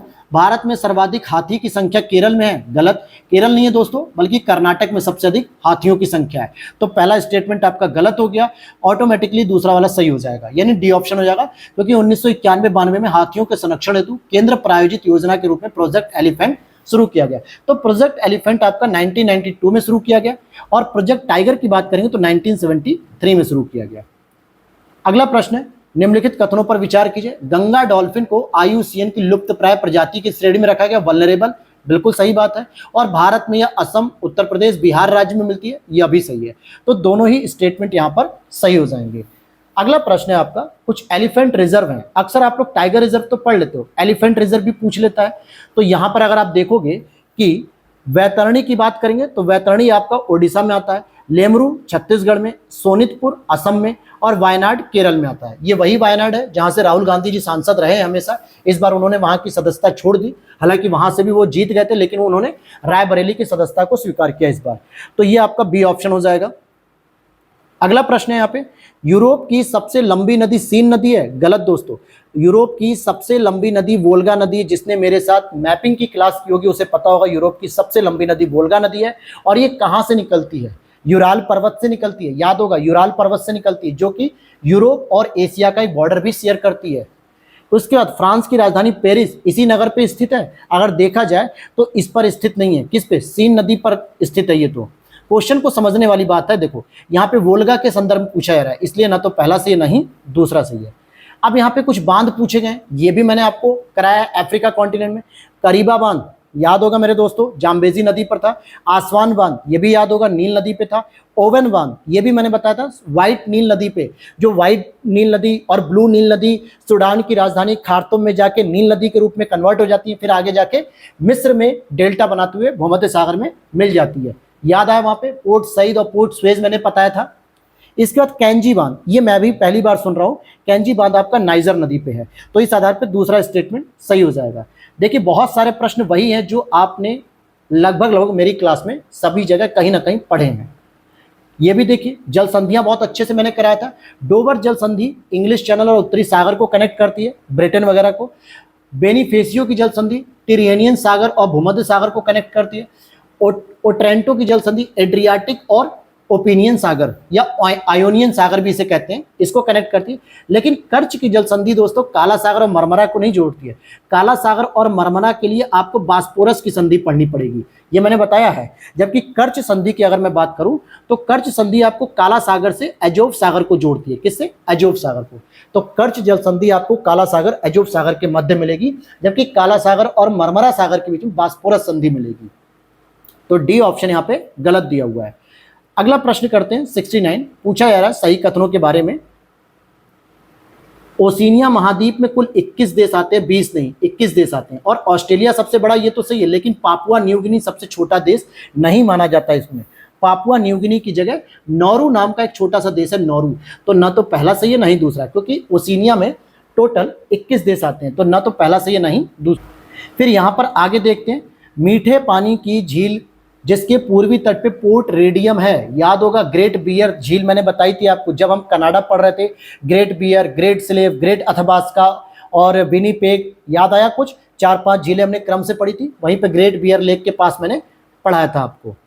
अब यहाँ पर आपको कुछ प्रश्न देखने को मिलेंगे जो मॉडर्न हिस्ट्री का ये वाला है 71। आराम से पेशेंस के साथ पूरी वीडियो को देखते जाइए, आराम से सारी चीज़ें तैयार होती जाएंगी। और इतने बेहतर तरीके से पूरे YouTube पे इसकी डिटेल्ड एक्सप्लेनेशन कोई भी नहीं करा रहा है, आप चाहे तो खुद भी चेक कर सकते हैं। और यहाँ पे आपको मैंने हर एक चीज़ को डिटेल्ड बताया है ताकि जो एक्स्ट्रा बनने वाले फैक्ट है, प्रश्न है, वो भी आपके तैयार होते चले। अभिनव भारत की बात करेंगे तो 1904 में इस्टेब्लिश हुआ। अनुशीलन समिति की बात करेंगे 1907 में इस्टेब्लिश हुआ। मित्र मेला की बात करेंगे अगर हम मित्र मेला की, तो ये आपका 1901 में इस्टेब्लिश हुआ। और नौजवान भारत सभा जो कि छबिलदास, यशपाल और भगत सिंह ने 1926 में इस्टेब्लिश किया। सी ऑप्शन इज करेक्ट हो जाएगा। 72 नंबर पे अगर हम देखें कुछ विद्रोह के बारे में बात करेंगे, जैसे सुल्तानपुर से किसने किया था? सईद हसन थे। फैजाबाद से मौलवी अहमदुल्ला थे। संभल से सुरेंद्र साई थे। मथुरा से देवी सिंह थे, यानी बी ऑप्शन इज करेक्ट हो जाएगा। अब यहाँ पे अगर हम बात करते हैं अगले प्रश्न की, निम्नलिखित में से कौन सा कथन सही है? कैबिनेट मिशन 24 मार्च 1946 को भारत आया था। बिल्कुल सही बात है भाई, ठीक है। और इसका लक्ष्य भारत के लिए संविधान बनाना और एक अस्थायी सरकार की स्थापना करना है। इसीलिए अंतरिम सरकार का गठन भी इन्होंने करवाने के प्रयास किया और साथ ही साथ इन्होंने संविधान सभा का गठन भी किया। तो यहाँ पे दोनों ही स्टेटमेंट इनके सही हो जाएंगे। फिर अगले हम बात कर लेते हैं वर्नाकुलर प्रेस एक्ट या प्रेस के बारे में बात की जा रही है। तो वर्नाकुलर जो प्रेस एक्ट था ये आया था आपका 1878 में। समाचार पत्र अधिनियम ये आपका आया था 1908 में। भारतीय समाचार पत्र अधिनियम ये आपका आया था 1910 में।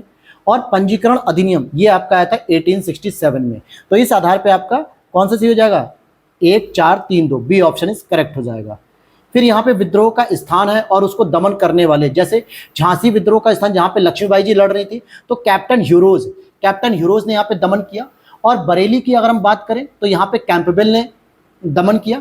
जगदीशपुर की बात करें जहाँ से कुंवर सिंह जी लड़ रहे थे, वहाँ पे विंसेंट आयर ने नहीं किया दमन।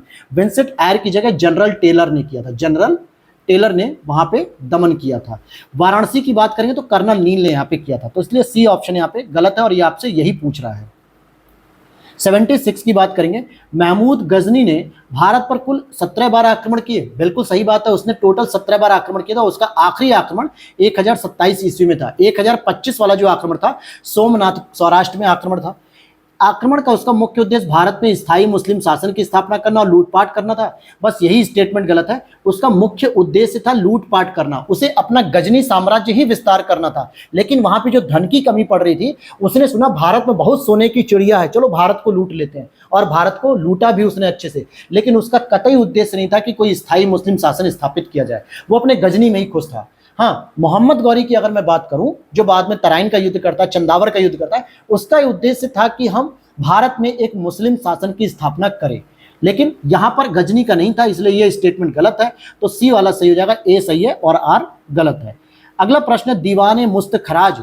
दीवाने मुस्त खराज की बात करें दोस्तों तो ये वित्त से संबंधित विभाग है और इसकी स्थापना आपके अलाउद्दीन खिलजी ने की थी। असल में इसको अगर देखा जाए तो दीवान ए रसालत, रसालत कहते हैं, हाँ, दीवान ए रसालत विभाग के अंतर्गत आता था ये दीवाने मुस्तखराज, और ये अलाउद्दीन खिलजी ने स्टैब्लिश किया। फिर यहाँ पे कौन सा एक सही सुमेलित नहीं है? देखिए, हल्दी घाटी का युद्ध ये 1576 में हुआ था। अकबर के साथ कौन लड़ रहा था? हेमू लड़ रहा था इसमें। फिर तालीकोटा का युद्ध देखें तो 1665 नहीं है, 1565, जिसमें एक तरफ था विजयनगर साम्राज्य, दूसरी तरफ दक्षिणी साम्राज्य कुछ एकजुट होकर लड़ रहे थे, जैसे बरार, बीदर, बहमनी, ये सभी जुट एक होकर इन्होंने क्या किया? विजयनगर का साम्राज्य का परास्त कर दिया, यानी कि पतन कर दिया। इसी युद्ध को तालीकोटा युद्ध भी कहते हैं 1565, और इसी युद्ध को राक्षसी टांगड़ी युद्ध भी कहते हैं। सामान्यतः इसको डेट भी याद रख लो, 23 जनवरी 1565। तराइन का दूसरा युद्ध 1192 में हुआ, क्योंकि पहला युद्ध 1191 में हुआ। पृथ्वीराज चौहान, जिसको पृथ्वीराज तृतीय कहते हैं, और साथ ही साथ मोहम्मद गौरी के बीच में हुआ। चंदावर का युद्ध 1194 में, जो गौरी और जयचंद के बीच में हुआ। गौरी जीत जाता है। अगला प्रश्न 79, बहमनी राज्य से स्वतंत्र हुए जो छोटे छोटे राज्य थे ना, उनसे कौन कौन से संस्थापक थे, ये पूछा जा रहा है। जैसे बीजापुर की बात करेंगे तो बीजापुर में अगर आप संस्थापक को देखोगे तो यूसुफ आदिल शाही यानी यूसुफ आदिल शाह थे। अहमदनगर की बात करेंगे तो मलिक अहमद इसके संस्थापक होंगे। गोलकुंडा की बात करेंगे तो कुली कुतुब शाही इसके संस्थापक थे। और बरार की बात करेंगे तो फतेहुल्ला उमाद शाह इसके संस्थापक थे, यानी बी ऑप्शन इज करेक्ट हो जाएगा। अगला प्रश्न है आपका, निम्नलिखित कथनों पर विचार कीजिए। शेख निजामुद्दीन औलिया चिश्ती संप्रदाय के सूफी संत थे, बिल्कुल सही बात है। और उन्हें महबूब ए इलाही कहा जाता था, यह भी सही बात है। इनके जन्म स्थान की बात करें तो इनका जन्म स्थान बदायूं में हुआ है, लेकिन दिल्ली में इनका क्या किया गया है, इनका मकबरा बनाया गया। दिल्ली में निजामुद्दीन औलिया एक मेट्रो स्टेशन भी है, रेलवे स्टेशन भी है। वहां पे कभी अगर दिल्ली जाना तो जरूर जाना, मैं गया हूं, बहुत जो है कि पीसफुल एरिया है, बहुत अच्छा है वो। तो यहाँ पे सी हो जाएगा आपका 80 का दोनों। इसके बाद 81 की बात करें, निम्नलिखित में से कौन सा कथन मौलिक कर्तव्यों के संबंध में सही नहीं है। यह मूल संविधान का भाग है, यही बात गलत है, क्योंकि मूल संविधान नहीं बल्कि 42वें संवैधानिक संशोधन 1976 के द्वारा इसे जोड़ा गया था। जब इसे जोड़ा गया तब इसमें 10 ही मौलिक कर्तव्य थे केवल, बाद में 86वें संविधान संशोधन द्वारा 11वां मौलिक कर्तव्य भी जोड़ा गया। इससे संबंधित एक समिति आती जिसका नाम है स्वर्ण सिंह समिति, और अगर दूसरी समिति भी पूछ ले तो याद रख लेना बर्मा समिति के नाम से भी उसको जानते हैं। जोड़ते समय इसको भाग 4 क में जोड़ा गया और सोवियत संघ से इसका विचार लिया गया। तो बी सी डी सही है, लेकिन ए गलत है। फिर यहाँ पे महासागर का वह क्षेत्र जहां गहराई के साथ साथ लवणता भी तीव्र गति से बढ़ती है, तो इसको हेलोक्लाइन बोलते हैं, हेलोक्लाइन बोलते हैं। निम्नलिखित युग्मों में से कौन सा एक सही सुमेलित है। तो देखिए, लोयस का पठार चीन में, पोटवार पठार पाकिस्तान में, सान पठार म्यांमार में, तो तीनों ही सही हैं। राष्ट्रीय अंतर्राज्यीय परिषद का गठन कब किया गया या किस आर्टिकल के तहत, तो अनुच्छेद 263 के तहत किया गया, और पहली बार 1990 में किया गया वीपी सिंह की सरकार में। वीपी सिंह की सरकार थी, और उसके लिए सरकारिया कमीशन जो सरकारिया आयोग था, इन्होंने सिफारिश की थी। अगला प्रश्न है आपका, सर्वोच्च न्यायालय या उच्च न्यायालय द्वारा जारी किस रिट का उद्देश्य अधीनस्थ न्यायालयों में लंबित मुकदमों को तेजी से निपटाकर उन्हें वरिष्ठ न्यायालयों में भेजना होता है। इसका सही उत्तर हो जाएगा उत्प्रेषण। हालांकि एक अधिकार परीक्षा, परमादेश, उत्प्रेषण, प्रतिषेध और साथ में बंदी प्रत्यक्षीकरण जो कि हैबियस कॉर्पस होता है, इन सभी को रिट के नाम से जानते हैं, जो सुप्रीम कोर्ट आर्टिकल 32 का प्रयोग करके और हाई कोर्ट आर्टिकल 26 यानी 226 का प्रयोग करके जारी करती है। अब यहाँ पे विटामिन दी हुई है और इनके रासायनिक नाम, इनका मिलान करना है। जैसे विटामिन B5 को पेंटोथेनिक अम्ल कहते हैं, B9 को फॉलिक अम्ल कहते हैं, फॉलिक एसिड, B12 को साइनोकोबैलमिन कहते हैं, लेकिन B2 को दोस्तों, B2 को कहा जाता है राइबो, ध्यान से समझो, B2 को कहा जाता है राइबोफ्लेविन। क्या कहते हैं, राइबोफ्लेविन। जबकि फिलोक्विनिन जो होता है, फिलोक्विनिन, ये कहा जाता है विटामिन के को कहा जाता है। किसको, विटामिन के को कहा जाता है। अगला प्रश्न है, निम्नलिखित में से प्रशासनिक विभागों से संबंधित कौन सा ऐसा विभाग है जो फिरोज शाह तुगलक से संबंधित नहीं है। देखिए, दीवाने बंदगान उसने दासों के संरक्षण के लिए रखा था, उसे दास बहुत पसंद थे दोस्तों, और सबसे अधिक तुगलक वंश में फिरोज शाह तुगलक के पास ही सबसे अधिक दास थे, लगभग 3,20,000 दास थे उसके पास। दारुल सफा की बात करें तो ये चिकित्सा संबंधित पद्धति थी, मतलब कि हॉस्पिटल वगैरह की सुविधा देना था।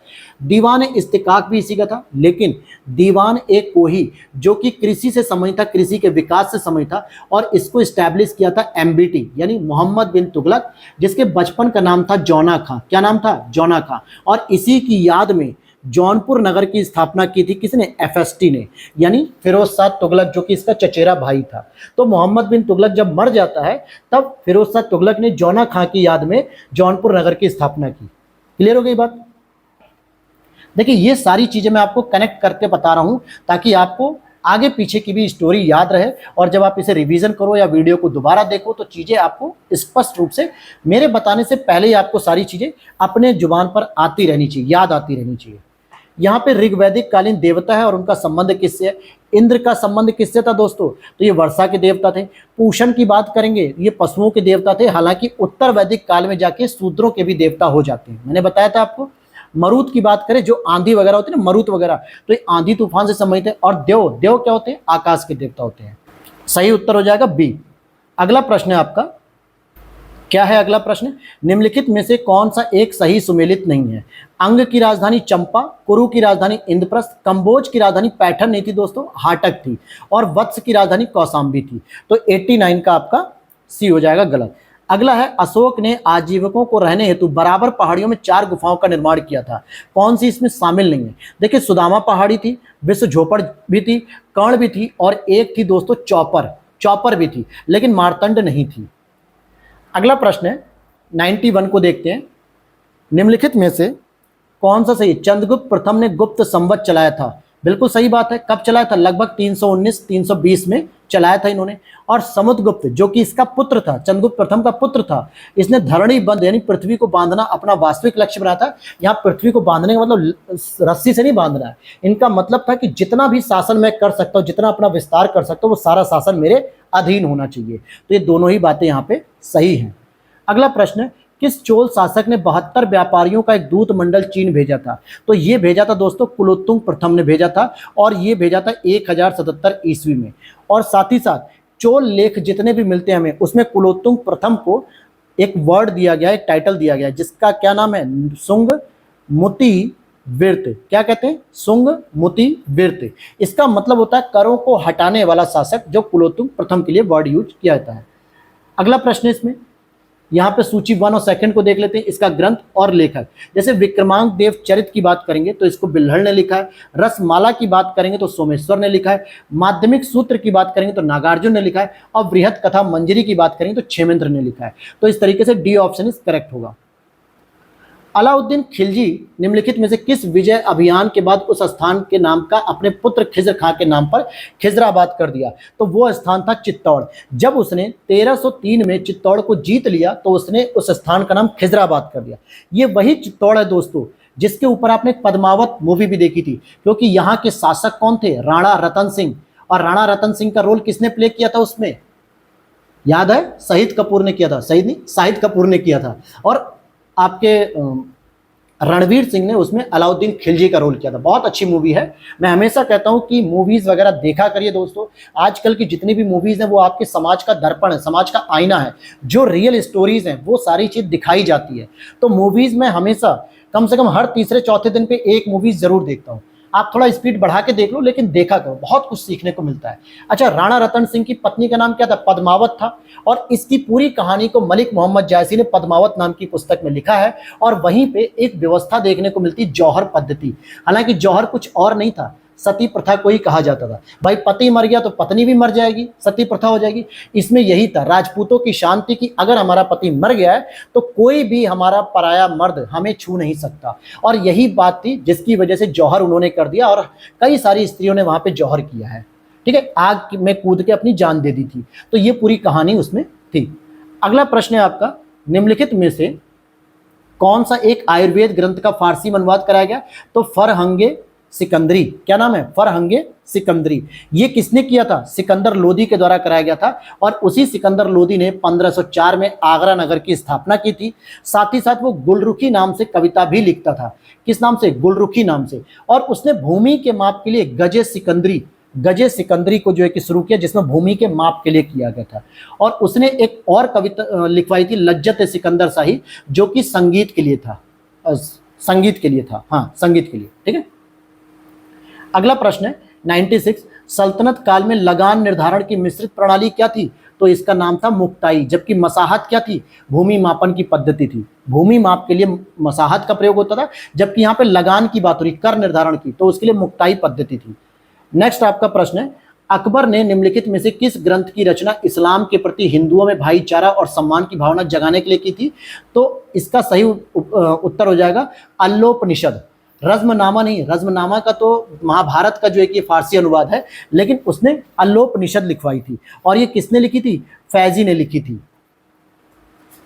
अगला प्रश्न है आपका, मुगल सम्राट अकबर द्वारा निम्नलिखित में से किस एक की अध्यक्षता में अनुवाद विभाग की स्थापना हुई थी? तो फैजी के नेतृत्व में हुई थी। लोहे के रासायनिक गुण के संबंध में कौन सा कथन गलत है? शुष्क और आर्द्र हवा के संपर्क में आने पर इसमें जंग लगता है, या शुद्ध जल से कोई प्रतिक्रिया नहीं करता। जंग लगने में बना पदार्थ फेरोसोफेरिक ऑक्साइड होता है, और लोहे को जस्तीकृत करके जंग से बचाया जाता है। यानी कि लोहे के ऊपर अगर आप जस्ते का लेप लगा दोगे तो उस पर जंग नहीं लगेगी। लेकिन ये स्टेटमेंट गलत है, क्योंकि दोस्तों आर्द्र हवा में क्या होता है? नमी होती है, पानी होती है, जिसकी वजह से जंग लगता है। लेकिन शुष्क हवा में पानी नहीं होता, वो नमी से मुक्त होता है, यानी उसमें कोई नमी नहीं होती, इसलिए शुष्क हवा से वो कोई भी संपर्क आने पे जंग नहीं लगता। तो पहला स्टेटमेंट गलत हो है, क्योंकि यहाँ पे शुष्क हवा नहीं होनी चाहिए थी। अगला प्रश्न है 100 नंबर पे, कुछ नगर हैं और उद्योग के बारे में पूछा रहा है। जैसे ब्रेडफोर्ड की बात करें, ये आपका यूके में स्थित है और ये लोकोमोटिव के लिए नहीं है, बल्कि ये ऊनी वस्त्र उद्योग के लिए फेमस है। स्टॉकहोम जलपोत निर्माण के लिए सही है, ओटावा कागज उद्योग के लिए सही है, सेंटियागो शराब उद्योग के लिए भी सही है, लेकिन ये स्टेटमेंट आपका गलत हो जाएगा। मौद्रिक नीति के गुणात्मक उपकरण कौन कौन से हैं? मौद्रिक नीति के गुणात्मक उपकरण कौन से? ऋण का सीमांकन करना, नैतिक दबाव, डिस्क्रिमिनेटरी रेट ऑफ इंटरेस्ट। तो यहाँ पे तीनों हो जाएंगे। अगर मैं बात करूं मात्रात्मक की, जो कि बाध्यकारी होती है, देखो आरबीआई के द्वारा मॉनेटरी पॉलिसी लॉन्च की जाती है जो कि इन्फ्लेशन को कंट्रोल करने के लिए होती है, लेकिन उसमें जो गुणात्मक होती है ना, वो केवल एक अपील की तरह होती है, बाध्यकारी नहीं होती बैंकों पे। लेकिन जो मात्रात्मक होती है ना, ये बाध्यकारी होती है। जैसे रेपो रेट हो गया, रिवर्स रेपो रेट हो गया, सीआरआर हो गया, एसएलआर हो गया, एमएसएफ रेट हो गई, मतलब, और साथ ही साथ बैंक रेट हो गई, ओएमओ हो गया, ये सभी मात्रात्मक होते हैं जो कि बैंकों के लिए बाध्यकारी होता है। अगला प्रश्न है, भारतीय स्वतंत्रता अधिनियम 1947 ने भारत के राज्य सचिव का पद समाप्त कर दिया और उसके कार्यों को हस्तांतरित किया किसे? राष्ट्रमंडल के मामलों के राज्य सचिव को हस्तांतरित कर दिया था। एल्गी ब्लूम से क्या तात्पर्य है मेरे भाई? एल्गी ब्लूम का मतलब होता है कि जल की सतह पर बने शैवालों की परत से, और ये किसका परिणाम होता है? ये होता है सुपोषण का परिणाम, जो मैं एनवायरमेंट में आपको समझाऊंगा। ठीक है, सुपोषण मतलब यूट्रिफिकेशन। मोहम्मद अली जिन्ना ने दो राष्ट्र सिद्धांत को मुस्लिम लीग के किस अधिवेशन में स्वीकार किया था? तो लाहौर अधिवेशन में स्वीकार किया था, जो 1940 में हुआ था। कब हुआ था? 1940 में। अगला प्रश्न है, इनिशियल पब्लिक ऑफरिंग यानी आईपीओ की बात करेंगे तो ये किसी नई कंपनी द्वारा पूंजी जुटाने के लिए शेयर का निर्गमन किया जाता है, उसी को कहा जाता है। अब यहाँ पे पूछ रहा है कौन सा एक भारत में शरतकालीन वर्षा के प्रमुख क्षेत्रों में सम्मिलित है? शरतकालीन वर्षा जो मुख्य रूप से होती है वो होती है पश्चिमी विक्षोभ से। पश्चिमी विक्षोभ का मतलब जब भूमध्य सागर में चक्रवात या हैवी रेन वगैरह की कंडीशन बनती है, तो वो भारत में भी हमारे बारिश कराती है। इसे अरुणाचल कह रहा हूँ, पंजाब, हिमाचल, जम्मू कश्मीर, दिल्ली, पश्चिमी यूपी, इन क्षेत्रों में करती है। तो यहां पे उत्तर हो जाएगा पंजाब। आगे देख लेते हैं, निम्नलिखित में से सुपीरियर झील, मिशिगन झील, ओंटारियो झील और एरी झील कौन सी ऐसी झील है जो संयुक्त राज्य अमेरिका और कनाडा की सीमा निर्धारित करती है? तो सुपीरियर, ओंटारियो, एरी। लेकिन मिशिगन झील जो होती है वो केवल और केवल यूएसए में होती है, वो कनाडा के साथ बाउंड्री शेयर नहीं करती है, मैंने ये बताया भी है। भारत का विश्रामपुर क्षेत्र कोयला खनन के लिए प्रसिद्ध है, कौन से राज्य में आता है? तो छत्तीसगढ़ में आता है। ये किस में आता है दोस्तों? छत्तीसगढ़ में। अगला प्रश्न है, भोजन श्रृंखला का वह प्रकार जिसकी शुरुआत प्राथमिक उपभोक्ता से होती है परंतु उपभोक्ता का आकार प्रत्येक अनुवर्ती क्रम में घटता रहता है, तो इसको परजीवी श्रृंखला कहते हैं। नेक्स्ट है आपका देश और उसके बंदरगाह। जैसे ओमान की बात करेंगे, अगर हम किसकी बात कर रहे हैं? ओमान की। तो ओमान का एक बंदरगाह है मैत्रा। कुवैत की बात करेंगे तो कुवैत का एक बंदरगाह है मीना अल अहमदी। उसके बाद जॉर्डन की बात करेंगे तो जॉर्डन की बात करेंगे तो इसका हो जाएगा अकाबा। अकाबा की खाड़ी भी आप देखोगे जॉर्डन के पास होती है। यमन की बात करेंगे तो अदन की खाड़ी मिलती है यहाँ पे, तो ये इसके पोर्ट हो गए, तो सी ऑप्शन सही हो जाएगा। फिर यहाँ पे देखते हैं, प्रायद्वीपीय भारत के सुदूर दक्षिण और दक्षिण पूर्वी भाग में विस्तृत पांड्य वंश का प्रथम शासक कौन था? तो नेडियोन था। कौन था दोस्तों? प्रथम शासक नेडियोन था। 2011 की जनगणना के अनुसार सर्वाधिक स्त्री पुरुष साक्षरता दर में अंतर सबसे अधिक कहां पर पाया गया? राजस्थान में, जहां पे पुरुष अगर ज्यादा शिक्षित है तो स्त्री सबसे कम शिक्षित है।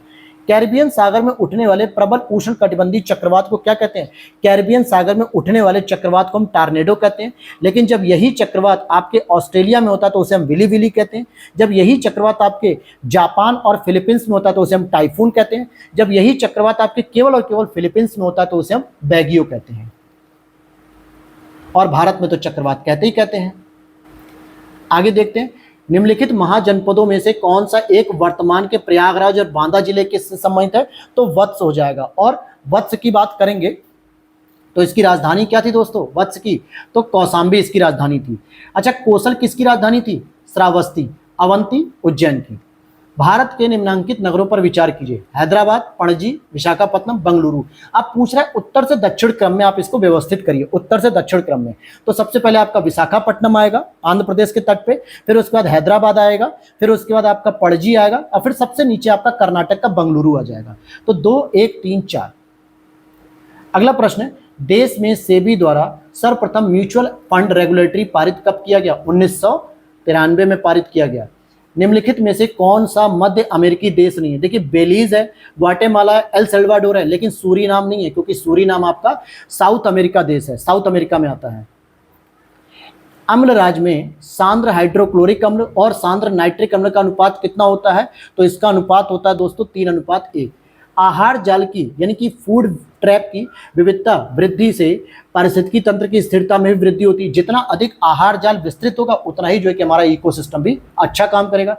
राष्ट्रीय जल विकास एजेंसी की स्थापना, राष्ट्रीय जल विकास एजेंसी की स्थापना जुलाई 1982 में की गई थी। फिर यहाँ पर हम देखते हैं कुछ संगीत हैं, जैसे आल्हा की बात करेंगे, आल्हा उदल की कहानी जो वीर गाथा से संबंधित है, महोबा में होती है। ढोला का राग आगरा में होता है और रसिया बरसाना में होती है। तो 1, 2, 3 तीनों ही सही है। निम्नलिखित में से कौन सा एक घटक वक्र के रुधिर मतलब वक्र में यानी किडनी में रुधिर के रासायनिक संगठन का वास्तविक नियंत्रण करता है? तो नेफ्रॉन होती है, क्योंकि ये इसकी फंक्शनल यूनिट मानी जाती है, नेफ्रॉन। आगे देख लेते हैं यहाँ पे, उत्तर प्रदेश में नकारात्मक औद्योगिक विकास दर रही थी कब? 9वीं पंचवर्षीय योजना में नकारात्मक रही थी। फिर यहाँ पे कुछ घराने से संबंधित लोग हैं, जैसे अगर आप देखोगे कुछ कलाकार हैं, लखनऊ से आपको कौन मिलेंगे? बिंदा दीन जी मिलेंगे। आगरा से पंडित विशंभर दीन मिलेंगे। किराना से सवाई गंधर्व मिलेंगे। ये जो किराना घराना ना, ये सहारनपुर में डेवलप हुआ है। अतरौली से रत्नाकर पई मिलेंगे। तो आपका बी ऑप्शन हो जाएगा 1, 2, 3, 4। इसके बाद हमारा ये आज का लास्ट प्रश्न होगा इस टेस्ट सीरीज का। आगे क्यों नहीं करूंगा वो भी मैं अभी आपको बताता हूं। उत्तर प्रदेश के संबंध में निम्नलिखित युग्मों में से कौन सा एक बेमेल है? तो देखिए, चलास घास जो होती है वो बुंदेलखंड में मिलती है। सर्वाधिक वर्षा गोरखपुर में होती है, सबसे कम वर्षा मथुरा में होती है। मार मृदा आपकी झांसी में मिलती है, क्योंकि ये काली मृदा का एक स्वरूप है जो प्रायद्वीपीय भारत की मृदा होती है। लेकिन शंक्वाकार जो टीले होते हैं ये आगरा में नहीं, ये बल्कि बघेलखंड में मिलते हैं। बघेलखंड का जो विस्तार है वो आपके किसमें होता है? मिर्जापुर, प्रयागराज, सोनभद्र, इन सभी क्षेत्रों में देखने को मिलता है। तो शंक्वाकार टीले आपके आगरा में नहीं मिलते बल्कि बघेलखंड में मिलते हैं। अब इसके आगे का मेरे दोस्त जो करंट अफेयर्स है, ये इन्होंने मई 2023 का दे रखा है। सारा का सारा करंट अफेयर्स मई के महीने का है। पहले पेज पे ऑलरेडी हमने देखा था इसको।